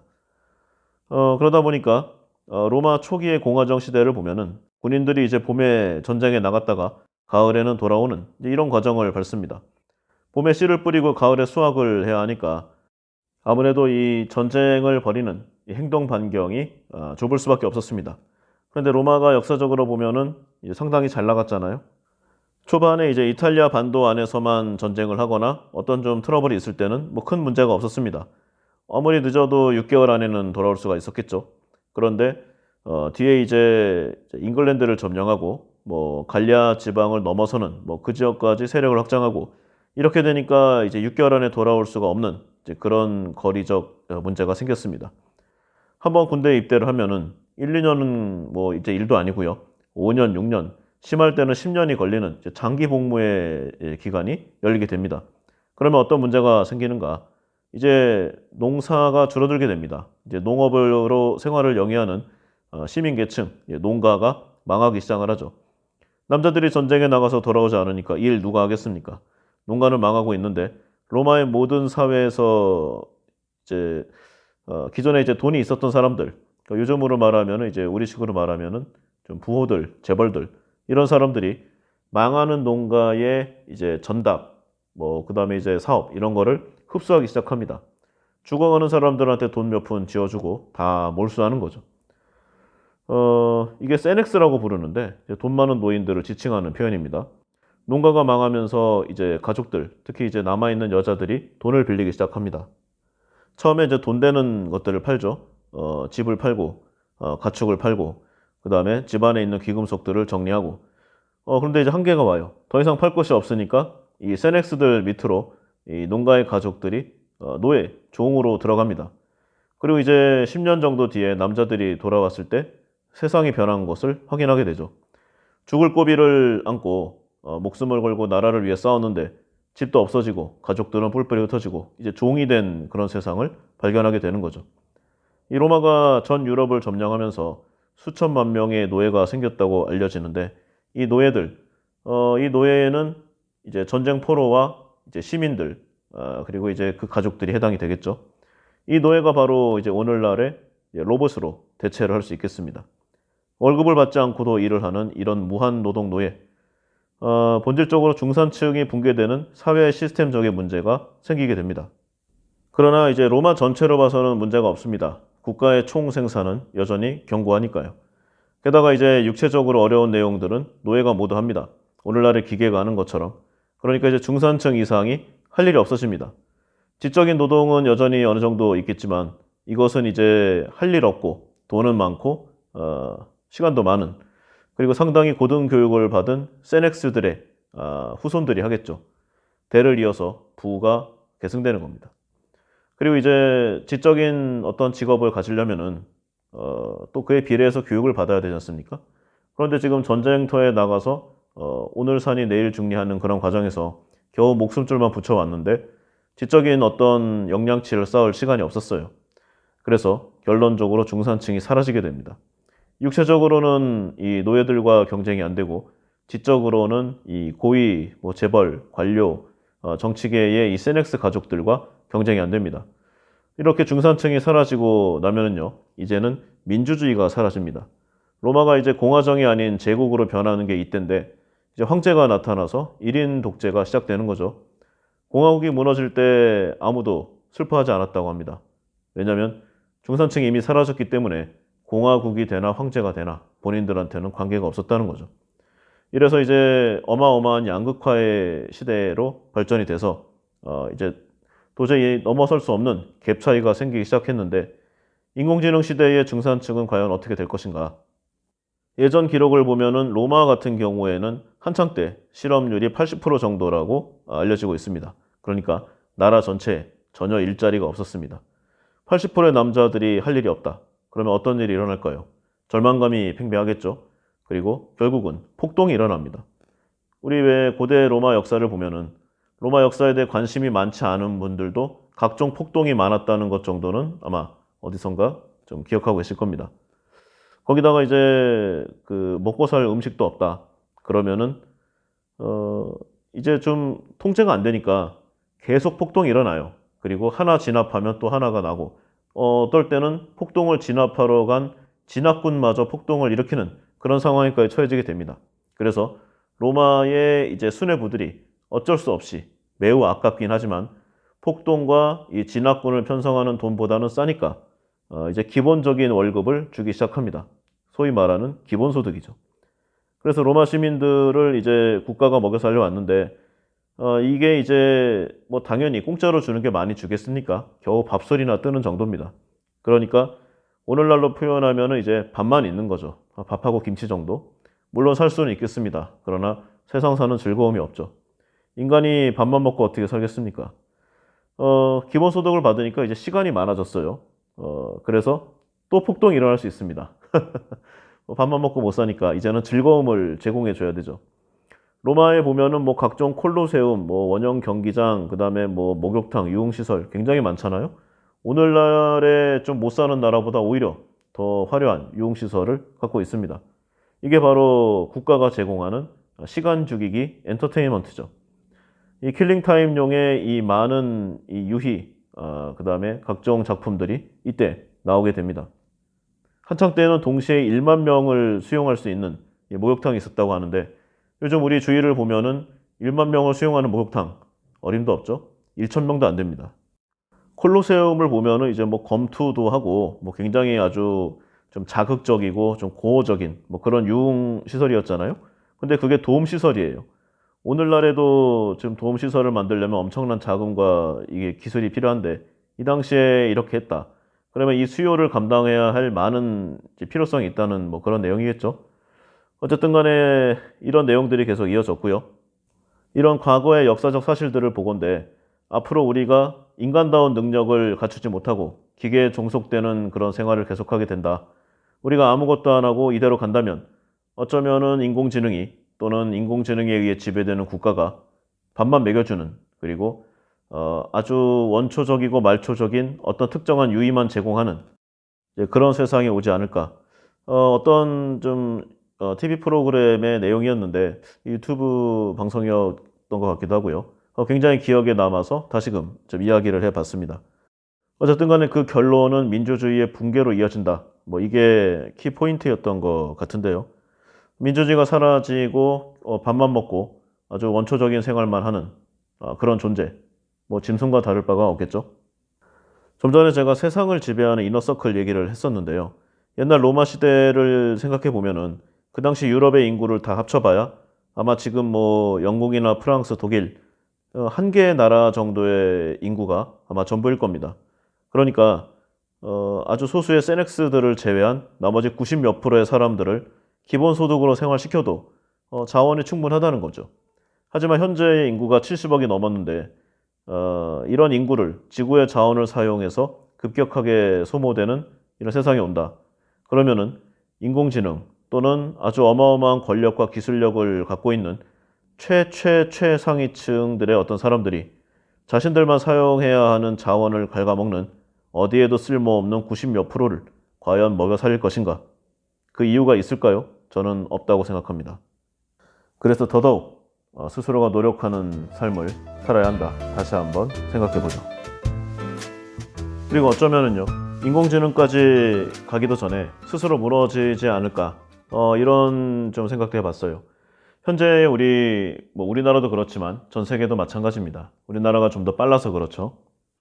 인구 구조를 보면은요, 이제 종 모양에 가까운 것이 원래는 경제 성장에 좋습니다.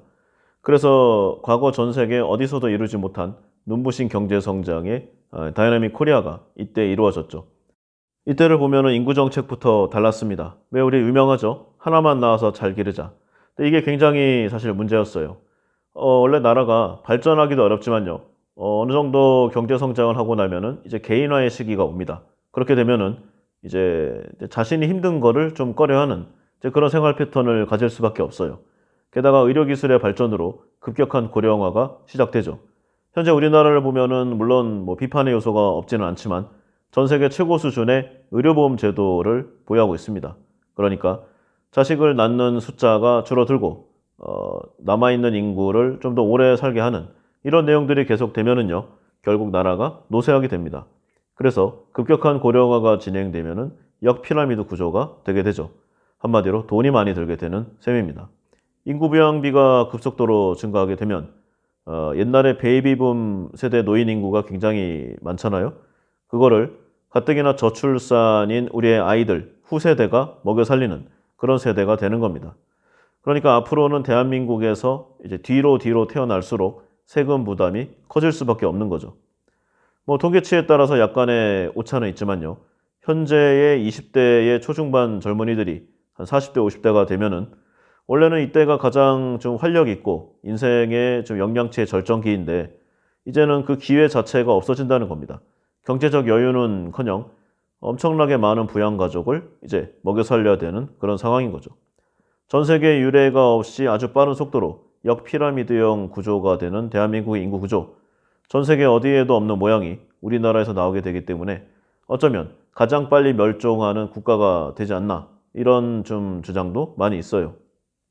간단히 계산을 해보면은요, 현재의 20대 한 초반 중반의 젊은이들, 40대부터 65세 은퇴할 때까지를 가정했을 때 노인 부양비, 세금, 각종 사회보장비, 뭐 기타 등등으로 해서 아주 획기적인 변화가 없는 이상 소득의 70%가량을 내야 한다는 그런 계산치가 나옵니다. 게다가 의료의 발전으로 이 노인 인구가 일찍 사망하지 않기 때문에 이 수치가 더 악화되면 악화됐지 더 좀 좋아질 일은 없는 거죠. 원래 이 사회보장의 개념을 보면은 예전에는 유독 전쟁과 뭐 전염병, 기근, 가난 이런 게 심했잖아요. 그러니까 어느 정도의 인구가 좀 자연 발생적으로 사라진다. 이걸 좀 계산해서 그러니까 이런 무서운 수치를 미리 상정해서 설계된 부분이 있습니다. 그런데 오늘날에 오니까 이게 이제 계산이 안 맞는 거죠. 그리고 이미 좀 고학력층, 옛날 표현으로 하면은 이제 인문학적으로 가방끈이 긴 이 사회 직업군들이 몰락하고 있습니다. 서초동 가보면은요, 어디 좋은 대학에 나와서 뭐 로스쿨 졸업해서 사무소를 차려도요, 월급 2, 300 받기가 쉽지 않은 변호사들이 넘쳐납니다. 그러니까 이제 점점 형사사건, 민사사건 따기가 어려우니까 굉장히 아주 예전 표현으로 하면은 자잘한 그런 사건들도 서로 수임하려고 난리가 나는 거죠. 그럼에도 배가 고프니까 이제 공인중개사 영역으로 들어가고 이제 공인회계사 경영으로 또 들어가고 그러니까 주변에 있는 다른 전문 직군들과의 또 싸움도 불사하는 겁니다. 그 자격증은 뭐 그냥 땄겠습니까? 어쨌든 간에 점점 이러한 수치나 이런 선정은 점점 안 좋아지고 있는데 대응은 아주 미미할 정도로 느립니다. 이러한 시대라면은 이 다음 세대에 과연 어떠한 교육과 가치관과 이 사고방식을 좀 알려줘야 할 것인가. 여기에 대해서 이제 세상에 대한 패러다임이 바뀌니까 이런 부분도 변화가 있어야 되는데 오히려 더욱더 고지식하게 옛날 방식을 추종합니다. 그래서 오히려 옛날보다 더욱 가혹하게 강남 압구정 치맛바람으로 아이들을 학원 뺑뺑이를 돌리는 거죠. 아까의 계산대로 보면은요, 현재의 이런 젊은 층이 중장년층이 되면은 이제 가족 2명과 노인 2명을 짊어지고 세상을 살아가게 되는 건데 지금도 어렵잖아요. 상대적으로 그때보다는 쉬울 것 같은. 근데 과연 앞으로 일자리도 줄어들게 되고 소득도 분명히 줄어들게 될 건데 부양하는 가족들은 더 많아집니다. 과연 어떻게 할 것인가? 그래서 이제 일각에서는 엄청난 천재가 나와서 세상을 리딩해야 된다. 이런 내용도 있다고 합니다. 이 초천재 얘기 한번 했었죠. 물론 이제 그와 같은 극단적인 케이스는 많지 않지만 초천재로 태어나더라도 반드시 성공한다는 보장도 없고요. 그리고 그들의 삶도 그렇게 행복하지 않은 경우가 많이 있었습니다. 어쨌든 간에 한 명의 창의력이 100만 명 이상의 경제 효과를 일으킬 만한 엄청난 천재가 나와야 한다는 건데 현재 대한민국을 보면은 그러한 천재가 나오지도 않겠지만 혹시 나오더라도 주변에서 가만 안 둡니다. 최근에 뭐 기업명을 밝히기는 어렵지만 몇 개 걸목할 만한 회사들이 있어요. 그런데 기존의 소위 재벌이라고 불리는 회사에서 또는 그런 이제 그룹에서 가만 놔두질 않습니다. 온갖 수단과 각종 더티한 방법을 써서 주저앉히죠. 그러면 이러한 모습들을 다 본 이 넥스트 초천재들은 어떻게 할 것인가? 한국을 떠나겠죠. 뭐하러 여기서 합니까? 본인들은 어디 가서도 먹고 살 수 있는데요. 예전 고도 압축 성장에서 세상을 살아왔던 현재의 부모 세대들이 앞으로의 험난한 세상을 살아가야 하는 자녀 세대를 망치고 있다. 이것이 현재의 대한민국의 현실입니다. 명문대 진학은 곧 인생의 성공이라는 기계적인 공식이 성립되던 그때 그러한 고도 성장에서 대학 학벌 간판의 중요성을 뼈저리게 느낀 부모 세대, 자녀의 사교육에 엄청나게 투자를 했죠. 그런데 사교육을 많이 하면은 과연 자녀들은 행복할 것인가? 학원 생활에 치이고 점점 공부하는 기계가 되고 그런데 그러한 생활을 하는데도 정작 공부는 별로 못해요. 옛날 아주 특정 시기에 잠깐 통했던 이 부모 세대의 고루한 경험을 자녀에게 이식하려는 착시현상이다. 이렇게 좀 생각을 합니다. 그래서 이제 대학 잘 보낼 이제 그런 고민을 할 때가 아니라 과연 어떠한 능력을 갖출 수 있는지, 어떠한 생각하는 힘을 기를 수 있는지 그 능력을 길러주는 게 더욱 중요한 세대다. 저는 이렇게 생각합니다. 그리고 교육계에 있는 사람들도 대부분 이런 멘트로 이야기를 해요. 그 사람들이 현재 교육이라는 이런 아이템을 통해서 먹고 사는 사람들인데 본인들이 보기에도 여기가 답이 없다는 겁니다. 그런데 계속 이렇게 시켜요. 왜냐하면은 부모들이 어떻게 자녀를 길러야 되는지를 정확하게 모르고 있기 때문이죠. 아무리 시켜도 공부 성적이 잘 안 나오고, 그리고 그 중에 성적이 잘 나오는 친구들이 이제 뭐 흔히 사회적으로 말하는 성공의 길을 간다. 그러면 그렇게 성공해서 결국에 해야 되는 거는 4명의 다른 한국인을, 물론 대부분 가족이겠지만 먹여 살려야 한다. 그런 결론에 이르는 것입니다. 즉 소득의 대부분을 세금으로 뜯기는 것인데 어, 과연 이게 맞는 것인가? 근데 어쩔 수가 없죠. 그러면 국가는 어떻게 되는가? 그럼 점점 더 가진 사람에게 누진제를 강하게 적용할 수밖에 없게 됩니다. 왜냐하면 많이 버는 사람하고 적게 버는 사람이 너무 큰 갭이 생기니까요. 어찌됐든 단순 사무직 그리고 단순 노무직은 대부분 사라지게 됩니다. 자동화로 대체되겠죠. 이러한 자연적인 인구 구조, 인간 자체의 문제를 아마도 여기서 거의 주저앉을 것 같은데 이거를 정말 천신만고 끝에 이겨낸다. 그러면 절대로 이겨낼 수 없는 최강의 상대, 인공지능과 미래 사회에 맞닥뜨리게 되는 겁니다. 과연 이런 디스토피아적인 절망적인 사회에서 어떻게 살아남을 수 있을 것인가? 과연 인류는 존재할 가치가 있는 그런 대접을 받을 것인가? 여러 가지 고민점을 생각해 보면서 오늘 두 번째 시간은 여기서 마무리하도록 하겠습니다. 감사합니다.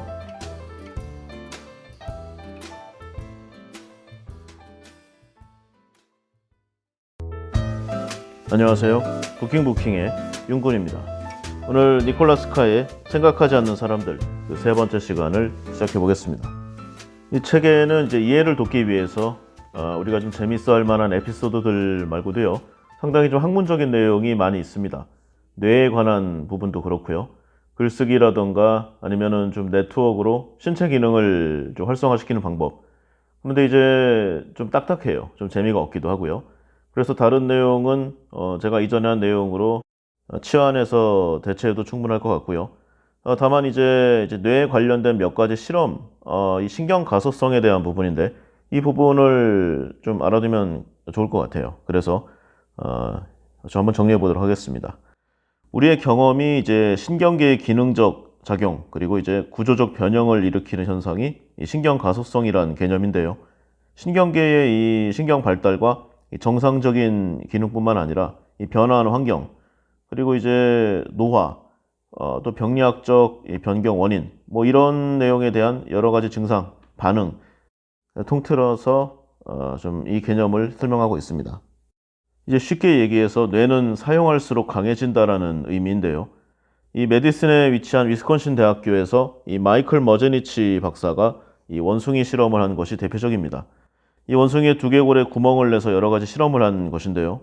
좀 잔인하죠. 이 뇌 지도에 대한 박사학위를 취득한 다음에 연구를 위해서 이 위스콘신 대학교로 건너온 사람입니다. 이 오랫동안 인간 신체의 모든 부분이 이 뇌 속의 주름진 외부막인 이 대뇌 피질이죠. 여기에 특정 부분과 연결되어 있다고 알려져 있었는데 이 피부의 특정 이 신경세포가 어떤 뭐 물질과 접촉하거나 아니면 뭐 꼬집기 이렇게 좀 자극을 받으면 이들 세포가 이 척추를 통해서 이 피질 내에 있는 어떠한 특정 뉴런에 전자파를 보내서 우리가 이제 의식 가능한 감각으로 전환한다. 뭐 이런 내용입니다. 이 사람보다 더 선대에 비슷한 실험을 했던 사람이 있어요. 이 캐나다의 신경외과 의사인 와일더 펜필드. 이 인간 뇌에 대한 최초의 감각 지도를 완성하기 위해서 이 전기 프로브를 동원한 실험을 했던 사람입니다. 그런데 이제 이 펜필드가 사용했던 프로브가 너무 잔혹해요. 완전히 다 뭐 긁어내고 막 이런 도구지 않습니까? 그리고 이제 그러한 잔인한 실험을 해서 겨우 알아낸 내용이 뭐 굉장히 개념 자체가 획기적이긴 했지만 정확도가 떨어졌습니다. 이 근거로 삼기에는 상당히 불완전한 내용이었죠. 그래서 이제 이 위스콘신의 이 머제니치가 새로운 형태의 이 프로브였던 이 머리카락 굵기의 미세 전극을 사용해서 이 뇌 구조에 대한 새로운 정보를 제공하는 아주 정교한 지도를 만들고자 했던 게 이 실험의 목적입니다. 그는 이제 언론 이 프레스 앞에서 그리고 이제 각종 학회 등에서 이 고통스러운 실험을 하면서 많은 사실을 알아냈다고 얘기했는데 이게 좀 의문이에요. 고통스러운 주체는 누구죠? 본인은 말은 그렇게 하지만 굉장히 잔인한 실험을 굉장히 많이 했거든요. 대외적으로는 이제 몇 마리의 원숭이를 실험을 했다고 하는데 실제적으로는 수십 마리 이상의 이제 그 목숨들이 사라진 거죠. 과연 이 실험은 누구를 위해서 그리고 어떠한 가치를 갖고 있는가? 인간의 위선은 아닌가? 여러 가지 복잡한 심경이 있습니다. 이 실험의 내용은 이렇습니다. 이 머제니치가 이 원숭이 두개골의 한 부분을 제거해요. 그러면 이제 뇌가 드러나잖아요. 그때 이제 미세 전극을 이 원숭이의 한쪽 손의 감각과 연결된 이 피질의 특정 부분에 집어넣습니다. 이 전극 말단 인근에 있는 뉴런이 활성화되겠죠. 원숭이의 손 위치를 이리저리 바꾸기 시작합니다. 이 며칠에 걸쳐서 이 미세 전극 삽입을 수천 번 반복한 끝에 원숭이의 뇌가 손의 느낌을 어떻게 처리하는지를 각각의 신경세포 수준에서 아주 자세하게 보여주는 이 마이크로 지도를 완성해냈죠. 그 다음 단계로 넘어가서요. 이 외과용 칼로 원숭이의 손에 상처를 내서 감각신경을 절단합니다. 이 주변부 신경 조직이 상처를 입었을 때 원숭이의 뇌가 어떻게 반응하고 또 이를 자체적으로 어떻게 치료하게 하는지를 알아내고자 했던 실험인데요. 놀라운 결과가 나왔습니다. 원숭이 손의 신경이 예상대로 아주 마구잡이로 자라났고요. 뇌 역시 큰 혼란에 빠지게 됐습니다. 예를 들어서 이 원숭이 손가락의 아래쪽 관절을 건들면 원숭이의 뇌는 이것이 이 손가락 끝에서 보낸 감각인 줄로만 알게 되는 거죠. 그러니까 원래 있던 감각이니까 비슷한 정도의 결과치는 알게 되는데 아주 상세하게, 그러니까 우리가 뭐 손가락을 구부리고 싶다라고 하면 손이 움직이는 이제 그런 정도가 되는 겁니다. 그런데 이렇게 계속 혼란할 줄만 알았던 이 실험 결과가 이제 어느 정도 시간이 지나니까 완전히 정상으로 돌아오게 됩니다.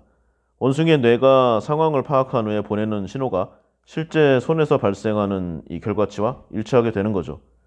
이 머제니치는 이 원숭이의 뇌가 스스로 재정비했음을 알아차리게 됩니다. 그러니까 자가 복구를 완료한 것이죠. 손의 신경에서 발생한 재배치와 일치하도록 동물의 신경 통로 역시 새로운 지도를 만들어낸 것입니다. 그리고 그것을 뇌에 전달한 것이죠. 이때까지의 일반적인 인식은 그랬습니다. 다른 모든 신경과학자들처럼 대부분의 사람들 그리고 이 실험을 한 사람 역시 성인의 뇌 구조는 고정되어 있다고 배워왔죠. 당시에 이제 대부분의 일반적인 상식이었습니다. 그런데 이 실험실에서 이제 대여섯 마리의 원숭이들이 빠르고 그리고 아주 집중적으로 세포가 재건되는 것을 직접 목격했어요. 굉장히 놀라운 발견이었고요. 이 신경 가소성의 증거를 목격한 것인데 당시에는 이 작용을 알지 못했죠. 그냥 결과만 알게 된 것입니다. 어떠한 원리로 이런 결과가 나왔는가 그것을 알아내는 것은 한참 뒤 나중의 일이죠. 그리고 이제 당시 주류 신경과학계에서는 누구도 이 신경 가소성이 이 정도 규모로 이렇게 단시간 내에 발생할 수 있을 것이라는 것을 예상한 사람이 없었습니다. 그만큼 인정받기도 어려웠죠. 누구도 관심을 기울이지 않았습니다. 이후에 이제 30여 년 이상의 더 많은 시간이 지나고요. 더욱 많은 실험 대상의 결과치가 나옴으로써 다 큰 영장류의 뇌에 광범위한 신경 가소성이 존재함을 증명했습니다. 이후에 실험은 더욱더 확장되어서요. 이 접촉에 의한 감각을 좌우하는 이 감각의 피질에만 국한된 것이 아니라 이 시각과 청각, 동작, 인간의 사고, 학습, 인식, 그리고 이제 기억에 의한 파편 이렇게 좀 많은 것에 어떻게 좀 관여되든 간에 계속 변한다. 기존에 고정되어 있다는 인식이 제대로 바뀌는 그런 계기였습니다. 기존의 지식은 변하게 된 것이죠. 추가적으로 계속 지식의 확장이 일어납니다. 조지 메이슨 대학교에서 신경과학과 교수로 재직하던 제임스 올즈 교수, 이 뇌가 변하는 정도를 뜻하는 가소성은 나이가 들수록 감소해서 뇌는 이제 그간 해왔던 방식에 익숙해지지만 이 가소성이 완전히 사라지는 것은 아니라는 내용을 추가로 발견해냅니다. 이 뉴런이라는 것이 언제나 이 낡은 것들과의 연결을 끊고 새로운 것을 취하고 항상 새로운 신경세포가 만들어지는 것, 이게 나이에 국한되지 않는다는 것을 새롭게 발견하는 것이죠. 뇌는 이 그때그때 상황을 봐가면서 과거 방식을 바꿔 스스로를 새롭게 정비하는 능력을 가지고 있다. 이렇게 여러 가지 실험 결과와 데이터 값으로 이 내용을 도출해냈습니다. 그리고 계속 연구 결과가 쌓이다가요. 이 뉴욕 대학교의 신경과학자 이 조지 플루드 교수가 이 시냅스와 자아라는 책에서 다음의 내용을 역설합니다. 이 뇌가 우리가 한때 생각했던 것처럼 아주 기계 같은 이 정형화된 이 형태가 아니라 이 여러 부위가 각기 다른 이 정신적 기능과는 연결되어는 있지만 세포 구성 조직은 영구적이지 않고 그리고 아주 좀 엄격하게 타이트하게 정해진 역할을 수행하는 것도 아니라는 사실을 추가로 설명을 합니다. 세포 자체는 굉장히 유연하고요. 개개인의 이 경험과 환경, 필요에 의해 계속해서 변한다. 뭐 이런 내용을 역설했어요. 그리고 가장 주목할 만한 큰 변화들은 이 신경 조직의 손상 결과로 좀 일어나게 되는데 뭐 예를 들어 보면 이런 거죠. 어떤 사람이 이제 시각을 잃었어요. 실명할 경우에 이 시각적 자극을 처리하던 뇌 부분, 이제 시각 피질이죠. 이게 멈추는 것이 아니라 이걸 대체할 수 있는 어떤 능력으로 힘을 쏟는다는 겁니다. 보통 왜 이 시신경 손상이 된 사람은 청각과 촉각이 굉장히 예민해지는 경우가 많잖아요. 이와 같은 맥락이라고 할 수 있죠. 그리고 만약에 이 사람이 점자를 배운다. 그러면 시각 피질이 이 촉각을 통해 전달되는 정보를 처리하는 새로운 임무를 띠게 되는 겁니다. 이것을 이제 뉴런의 적응이라고 하는데 우리 뇌 속에 있는 이 뉴런들이 항상 새로운 이 결과값 그리고 새로운 데이터를 원하는 것 같다는 그런 뭐 예상치도 많이 있습니다. 시각적 입력이 사라지면 뉴런은 이제 몸을 위해서 차선의 입력 대상에 반응하기 시작한다고 합니다. 그 시각 다음으로는 뭐 청각과 촉각이잖아요. 그 앞에서 얘기한 내용과 대동소이하죠. 이 뉴런에 준비된 이 사전에 좀 훈련된 적응력 덕분에 이 청각 감각과 촉각은 시력을 잃은 것에 대한 피해를 완화하기 위해서 더욱 예민해지는 뭐 그런 맥락입니다. 감각뿐만이 아니죠. 사고로 팔이나 다리를 잃은 사람을 대상으로 한 검사. 같은 방식입니다. 이 뇌가 얼마나 집중적으로 스스로를 재정비할 수 있는가. 이 내용들을 이제 보여주고 있죠. 사고 당사자들의 뇌 속에서 잃어버린 이 사지의 감각을 좀 다루던 부분들이 신속하게 이 다른 신체 부분이 느끼는 감각을 접수한 회로로 교체되게 됩니다. 이 관련해서 이 한 케이스가 있는데요. 교통사고에서 왼팔을 잃은 10대 소년의 이야기가 나옵니다. 이 소년의 눈을 감게 한 다음에 얼굴 이곳저곳을 만지게 되면은 이 소년은 이 시전자의 손길이 닿는 부분을 잃어버린 자신의 팔로 생각했다고 합니다. 이 실험 주관자가 이 소년의 코 아래 부분을 살짝 스치면서 어디를 건드렸다고 생각하는가라고 물어보니까 이 소년이 왼손 새끼손가락이라고 대답을 했다고 합니다. 소년의 뇌 지도는 아직 완성되진 않았지만 새로운 이 재조직 과정을 거치고 있는 단계였고요. 뉴런들은 이 뇌 안에서 그리고 몸 안에서 다시금 새로운 쓰임새를 부여받고 있는 그런 단계였다는 내용입니다. 이러한 실험 결과 이 절단 수술을 받아서 사라진 팔이 느낀 감각, 뇌 속에서 자체적으로 다시 재배열되고 있던 신경 변화의 결과라고 할 수 있겠죠. 이런 내용들은 이제 우리의 몸에 이제 플러스적인 그리고 이제 병증을 개선하는 그런 작용으로 변화할 수가 있습니다. 한마디로 뇌는 우리가 사고하는 대로 변형시킬 수 있다는 부분인데요. 이 뇌의 적응력에 대해서 우리가 더 깊이 이해하게 됨에 따라 이전에는 불치병으로 여겨지던 여러 질환들, 치료 가능성이 높아지게 되었습니다. 이 기적을 부르는 뇌라는 책이 있는데요. 여기에 이제 마이클이라는 남성의 이야기가 나옵니다. 이 사람이 이제 54살 때 심각한 뇌졸중으로 몸의 왼쪽 움직임을 조절하는 이 오른쪽 뇌의 절반이 손상을 입었다고 합니다. 이 전통적인 물리치료를 해본 결과 뭐 다소간의 개선은 있었어요. 하지만 왼손은 여전히 제대로 사용할 수가 없었고 걸을 때는 좀 지팡이를 사용해야 하는 그런 상황이었습니다. 최근까지만 해도 이런 부상은 아마 뭐 더 이상의 치료가 불가능한 이야기로 그냥 사라졌을 수도 있죠. 그냥 적절한 보조기구를 착용하고 뭐 약간의 좀 신경치료를 하고 아마 그런 내용이었을 겁니다.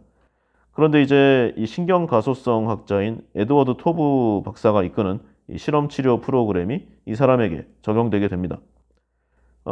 이 다쳤던 이 번스타인 일주일에 6일씩 하루 최대 8시간 동안 반복적으로 이 왼쪽 손과 발을 이용해서 일상적인 업무를 수행하는 실험을 수행했습니다. 어느 날에는 이 빌딩의 유리창을 닦았고요. 그 다음 날에는 알파벳 글자를 뭐 적는 이런 식이었죠.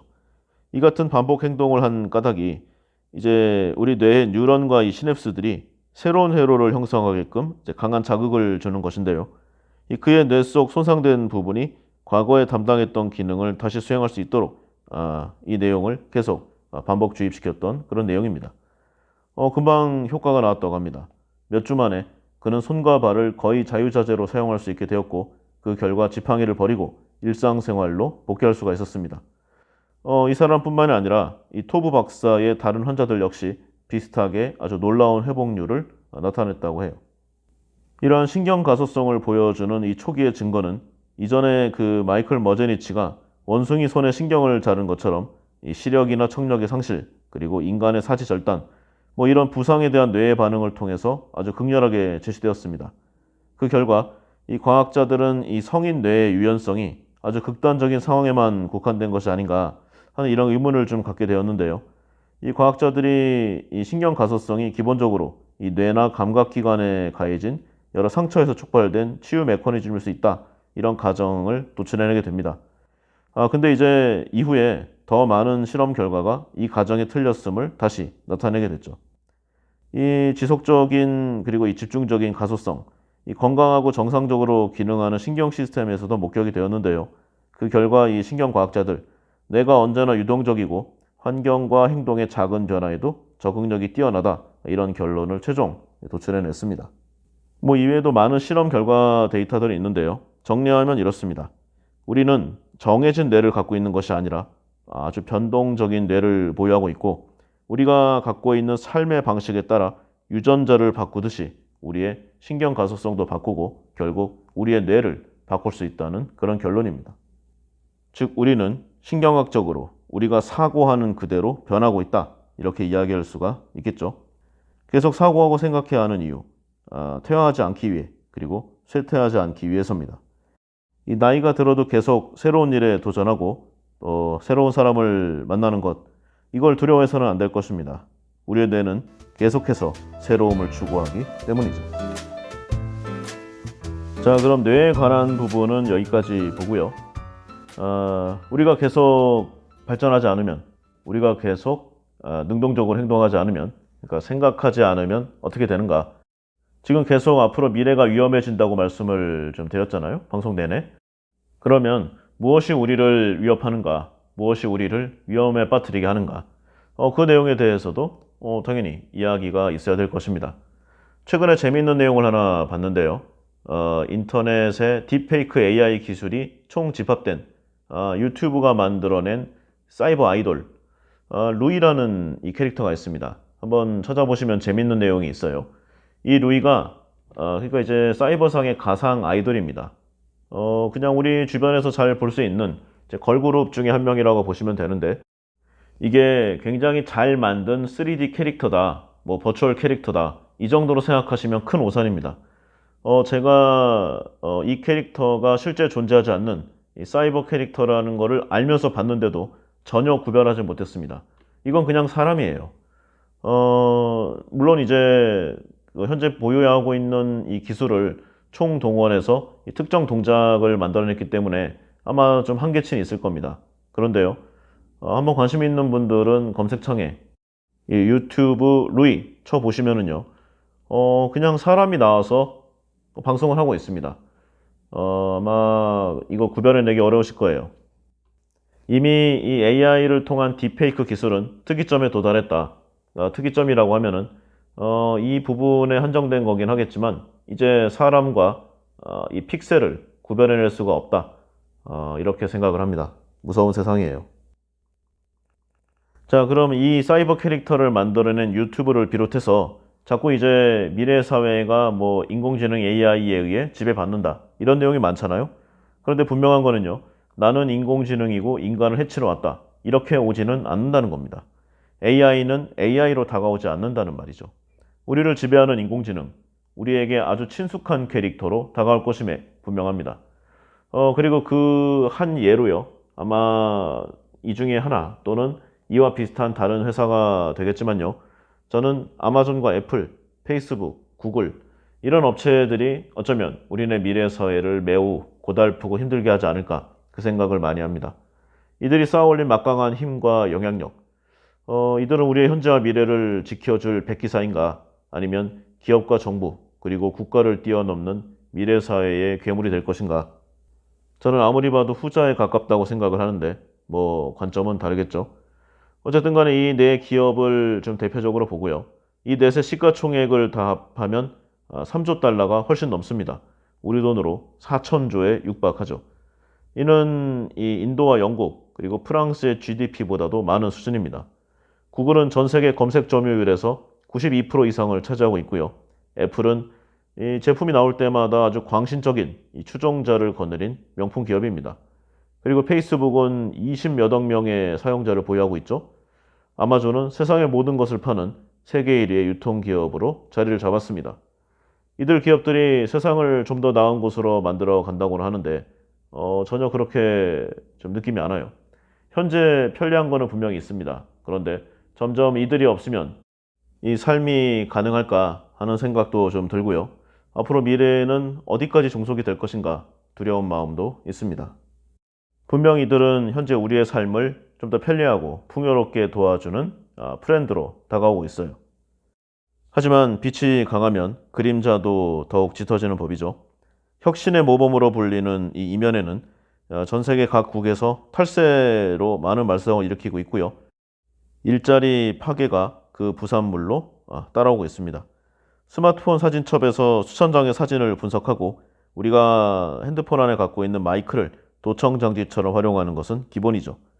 미디어 분야에서 수익성이 가장 좋은 부문의 90% 이상을 차지하면서도 반독점 규제를 피해가는 아주 공격적인 소송과 로비 활동을 벌이고 있어요. 그러나 무엇보다도 가장 큰 문제는 아무래도 일자리입니다. 이 4개 기업의 고용 인원을 모두 합하면 전 세계적으로 42만 명 정도라고 하는데 이들이 계속 승승장구한다면 세계가 번영으로 나가기는커녕 심각한 문제만 남게 될 것이 분명합니다. 아니면 이들 네 기업이 그 자체로 재앙을 불러오는 존재가 될 수도 있겠죠. 이 네 개 기업의 성공 비결은 무엇인가? 이것은 바로 인간이 가지고 있는 본능을 그 타겟으로 했다는 점입니다. 신을 찾는 마음, 이 성에 대한 욕망, 그리고 사랑과 소비, 기타 여러 가지로 인간이 삶을 살아가면서 본능적으로 그리고 원초적으로 추구하고 갈구하는 내용을 비즈니스의 목표로 삼았다는 것이죠. 소비를 대표하는 이 웃는 얼굴의 파괴자 아마존. 아마존은 현재 전 세계의 거의 대부분의 국가에서 상거래의 상당 부분을 장악했습니다.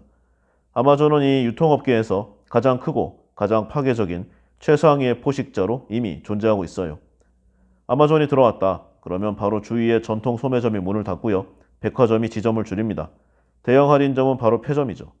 지금 아마존의 시가총액이 월마트나 이 메이시스와 같은 이 대형 유통업체뿐만 아니라 미국과 유럽 기준이지만 크로거, 타깃, 갭, 코치, 티파니 이런 이 전통적인 이 빅 소매 컴퍼니의 시가총액을 모두 합한 것보다 훨씬 큽니다.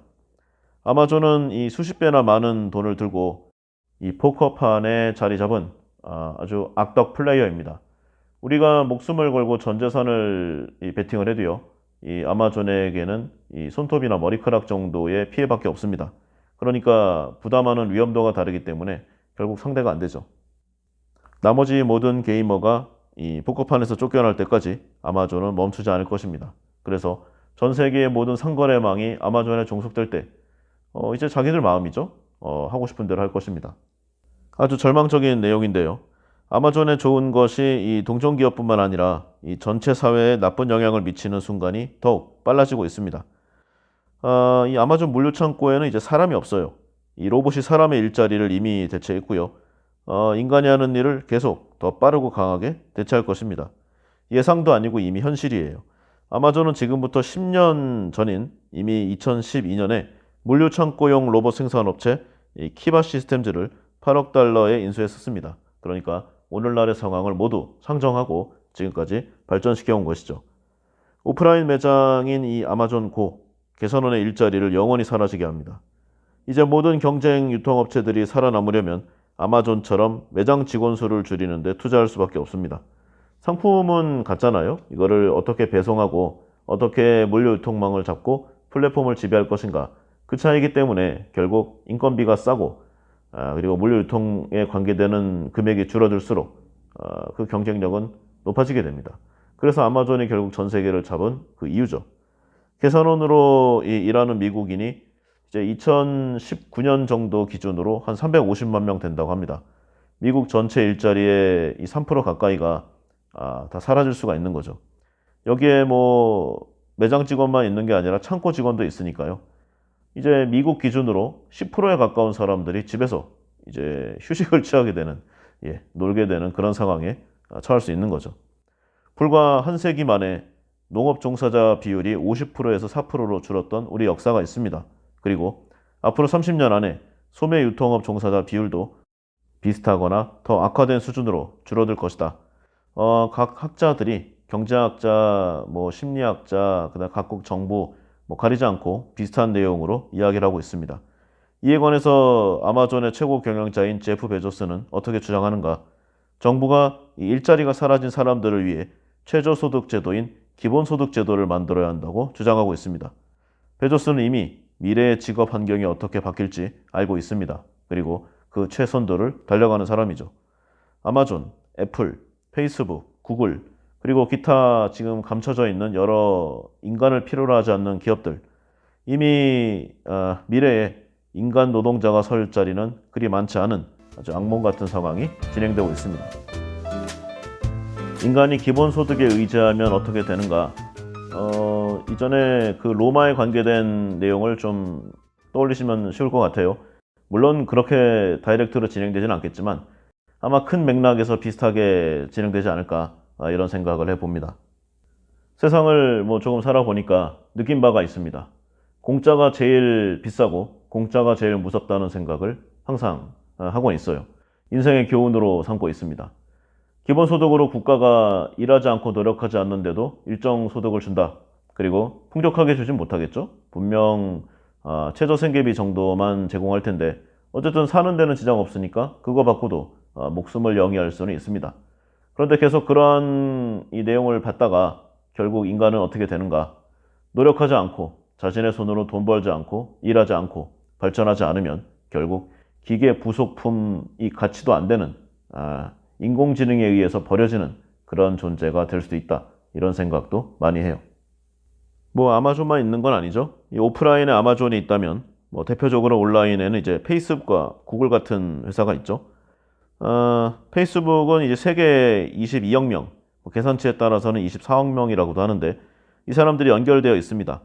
이 현재 존재하는 내용 중에 가장 막강한 SNS 이제 기업이죠. 페이스북이 가진 가장 강력한 무기는 무엇인가?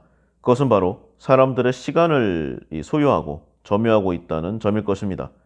사용자들은 이 페이스북과 많죠? 인스타그램이나 왓츠앱 등등 어쨌든 간에 최소 하루 몇 시간씩을 사용한다고 합니다. 페이스북은 사용자가 언제 어디서 무엇을 하는지를 닥치는 대로 데이터 수집을 하고 있죠. 이것이 나중에 사람을 공격하는 무기가 되지 않는다고 누가 보장하겠습니까? 이 제공하는 정보의 가치가 좀 다르죠. 엄청난 내용들입니다. 사용자들이 남기는 모든 흔적, 이 데이터가 바로 돈이 되죠. 하지만 사용자들은 취향에 따라서 정교하게 기획되고 분류된 이 광고와 가짜뉴스에 속수무책으로 노출되게 됩니다. 이렇게 수집된 정보가 페이스북을 통해 마케팅하는 기업들에 팔려나가고 있죠. 페이스북은 이미 미국인들의 45% 이상이 뉴스를 접하는 세계 최대의 미디어 기업이기도 합니다. 그럼에도 언론의 자유라는 명분을 내세워서 사회적 책임을 모두 피해가고 있죠. 미국의 언론 기업이 관리당하는 이 정부에 의해서 컨트롤 당하는 모든 내용들에 벗어나 있습니다. 미디어 회사로 규정되면 규제가 매우 많아지기 때문에 성장이 느려지죠. 그래서 인류의 가장 큰 미디어 기업인 이 페이스북이 역설적으로 정부의 규제를 피해서 사회적 위험을 조장하고 있는 그런 상황입니다. 그런데 페이스북까지도 어떻게 버틸 수는 있어요. 가장 무서운 존재는 현대인의 신, 이 구글 신이라고 할 수 있죠. 이 구글, 이 질문자의 생각과 의도를 꿰뚫어 본 것처럼 검색창에 입력하는 어떤 질문에도 답을 줍니다. 우리가 어떤 질문을 접했을 때 가장 먼저 하는 행동이 인터넷 검색창에 그 키워드를 집어넣는 아마도 그 행동일 거예요. 100명의 90 몇 명은 분명 이와 같은 과정을 겪을 겁니다. 이런 상황에서 무엇보다 이 구글이 사람들의 신뢰를 독차지하고 있는데 이제 특정인 또는 어떤 특정 그룹이 원하는 이 답안, 이 검색값을 준다고 누가 그걸 알아챌 수 있겠습니까? 한 세기 이상 기존에 이 자리를 차지했었던 전통적인 이 뉴스페이퍼들 이미 모두 사라졌습니다. 심지어 구글을 이 무료로 이 모든 내용을 제공한다. 그래서 인류의 축복이다. 이 공익기업이다. 이렇게 인식하는 사람들도 많다고 합니다. 원래 이 지식에 대한 갈망은 인간의 본능이죠. 혹시 구글은 이 갈망에 관한 독점적 지위를 이미 갖게 된 것은 아닌가? 물론 뭐 영원한 승자는 없다고 하니까 이 비즈니스 세계예요. 이 4대 기업이 뭐 흥망성쇠를 나름으로 겪을 겁니다. 더 잘 나가는 기업도 있고 없어지는 기업도 있겠죠. 하지만 그 누가 등장하더라도 이 회사의 이름만 바뀔 뿐 그 존재의 이 근원, 성질은 저는 같다고 봅니다. 사람을 지배하는 거죠. 물론 이에 대한 반론도 많이 있습니다. 너무 그렇게 세상을 다크사이드로 볼 필요는 없다. 이 디스토피아로 미래를 그렇게 본다면 인류의 발전은 없다. 지금까지 수많은 어려움과 여러 좌절과 고난 등을 겪었지만 모두 이겨내고 인간은 오늘날까지 왔다. 그러니까 앞으로도 미래지향적으로 나아가자. 뭐 물론 맞는 말일 수 있습니다. 그러나 이전에 한 차례 얘기했듯이 기존의 여러 가지 어려움은요, 인간의 좀 물리적인 힘 또는 이 물리적인 가치 아니면 일정 부분의 효율성을 대체하는 식으로 발전을 해왔습니다. 그러나 이제 아마도 마지막일 것 같은데 이 인간의 뇌를 대체하는 이 넥스트의 트렌드 과연 어떻게 살아남을 수 있을 것인가? 매우 어렵다는 생각만 들어요. 그래서 그럼 어렵다는 내용은 알겠다. 그리고 위험 요소가 있다는 부분도 뭐 느낌이 온다. 그러면 구체적으로 어떻게 될 것인가? 뭐 그건 정확히 모르겠죠. 그 누가 그런 내용까지 장담할 수가 있겠습니까? 다만 여기에 재밌는 내용이 하나 있어서 이 내용을 마지막으로 소개를 해볼까 합니다. 영화인데요. 제목이 이디오크러시입니다. 이디오크러시라는 이 B급 미국 영화를 저는 상당히 재미있게 봤습니다. 그래서 이 내용을 잠깐 살펴보려고 해요. 이 바보라는 말이죠. 이디어트. 여기에다가 민주주의, 데모크래시를 합친 제목입니다. 이디오크래시. 제목부터가 약간 좀 마이너적이죠. 진짜 재미난 질문을 던지면서 시작을 합니다. 만일 인류가 지금 이 상태로 진화를 한다면 뭐 이런 질문이죠. 제목만 봐도 사실 뭐 그 대략 유추가 되는 뭐 그런 부분이 있어요. 멍청이 더하기 정치 합성어. 한마디로 바보의 정치죠. 이 은유적 표현이 아니라 미래로 갈수록 점점 지능이 떨어진 인류의 모습을 그리고 있습니다. 이 B급 영화인 만큼 이 CG 같은 쪽에도 많은 돈을 들이지 않았어요. 굉장히 뭐 좀 조잡하고요. 좀 허술합니다. 근데 이제 내포하고 있는 의미와 주제는 결코 가볍지 않은 상당히 잘 만든 영화죠. 내용을 보면은요. 이제 군 관계에 이 실험체로 좀 차출된 두 명이 있어요. 냉동 상태에서 수백 년이 지난 후에 잠에서 깨어나게 됩니다. 기본적인 본능만 남아있는 인류, 이 넘치는 쓰레기와 낡은 로봇 시스템, 그리고 어떻게든 굴러가는 미국에서 일어나는 에피소드들을 이제 맞닥뜨리게 됩니다. 처음에는 인류가 왜 바보가 되는지 그 과정을 좀 보여주는데요. 이 똑똑한 사람은 아이를 낳지 않고요. 아주 본능적으로만 행동하는 그런 원초적인 사람들만이 본인들의 유전자를 미래에 퍼뜨리는 그런 시대입니다. 그래서 결국에 수백 년이 지나서 바보만 남은 미래가 되었다는 이야기인데 상당히 좀 극단적이죠? 하지만 뭔가 설득당하는 기분도 듭니다. 점점 인간의 값어치가 높아져야 돼요. 그래야 사람을 함부로 대하지 못하고 이 기득권층, 가진 사람들이 본인들보다 못하다고 생각하는 상당히 좀 안 좋은 생각들을 갖고 있는 것 같아요. 어쨌든 간에 일반 이 대중을 함부로 할 수가 없습니다. 예전처럼 사람이 많으면 아무래도 좀 안 좋은 조건에도 일자리가 부족하니까 몰리겠죠? 그런데 최근에 사람이 조금 줄었다고 사람의 가치가 많이 올라갔습니다. 물론 일자리가 없는 건 그대로지만요. 어쨌든 영화의 배경인 약 2500년대 어떤 모습을 하고 있을 것인가. 놀랍게도 인류는 모두 속된 말로 바보 천치로 진화인지 태화인지 모를 상태가 되었습니다. 똑똑한 사람들이 이전에 얘기했듯이 경쟁 사회에서 살아남고 어느 정도 자산을 축적하기 위해서 죽도록 일만 하다 보니까 아이를 낳을 시간과 에너지가 없어서 이렇게 고급 지능을 가진 유전자는 멸종.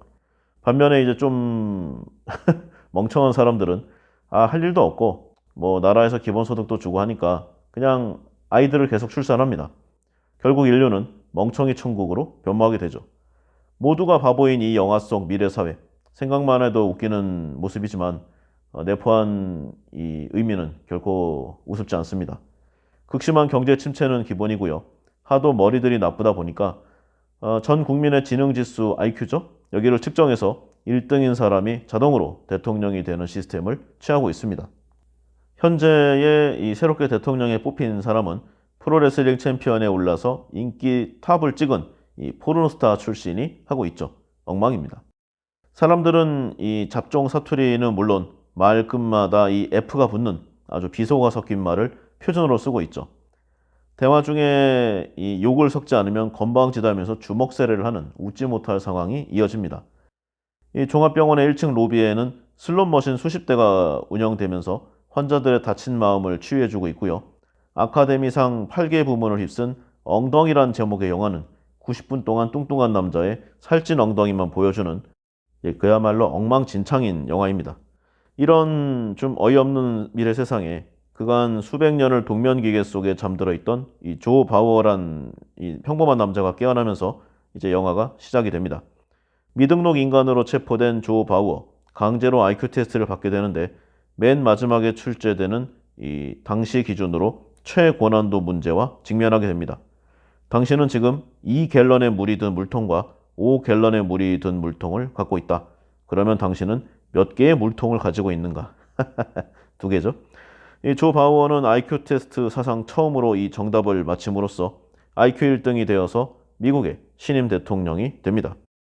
이 영화의 제목만큼 이 영화의 배경이 되는 이 미국의 사회, 2500년의 사회는 말 그대로 좀 말이 안 돼요. 그런데 알고 보면은 이 영화에는 아주 냉철하고 깊은 통찰력이 자리 잡고 있습니다. 미래에는 수십 년째 이 흉작이라 식량 고갈의 위기에 놓여 있는데요.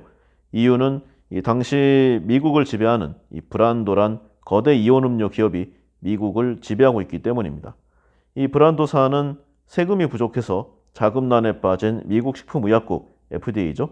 여기를 인수해버렸어요. 그래서 세상의 모든 이제 물을 없애고 자신들이 만든 이온음료로 대체해버리죠. 쉽게 얘기해서 게토레이나 포카리 스웨트 이런 것과 비슷한 그 음료입니다. 간단하기가 이 젖병에 든 이 브란도를 우유 대신 빨아먹는 거는 둘째 치고요. 농업용수까지 아주 염도가 높은 브란도를 사용하니까 계속 흉년이 들어요. 바로 거대 기업이 이 정부를 대체하는 자본주의 사회의 섬뜩한 이 풍자를 나타내고 있습니다. 이 영화 이디오크러시에서 주인공 조 바우어, 타임머신을 타고 다시 과거로 돌아가려는 동료에게 이렇게 간곡히 당부를 하죠.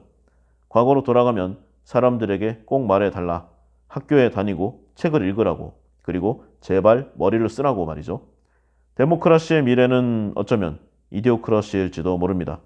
자유로운 인간은 자유를 감당해내지 못하고 자꾸만 예전의 야만적인 모습으로 회귀하려 드는 본능이 있으니까요. 이 바보와 멍청이들이 지배하고 지배받는 디스토피아가 우리를 기다리고 있을지 모를 일입니다. 이 구글과 스마트폰이 없던 시절보다 조금 덜 생각하는 경향이 있긴 하지만 그래도 넘어간 게 아닌가, 설마 그렇게까지 되겠는가 하는 의견이 있을 수가 있습니다.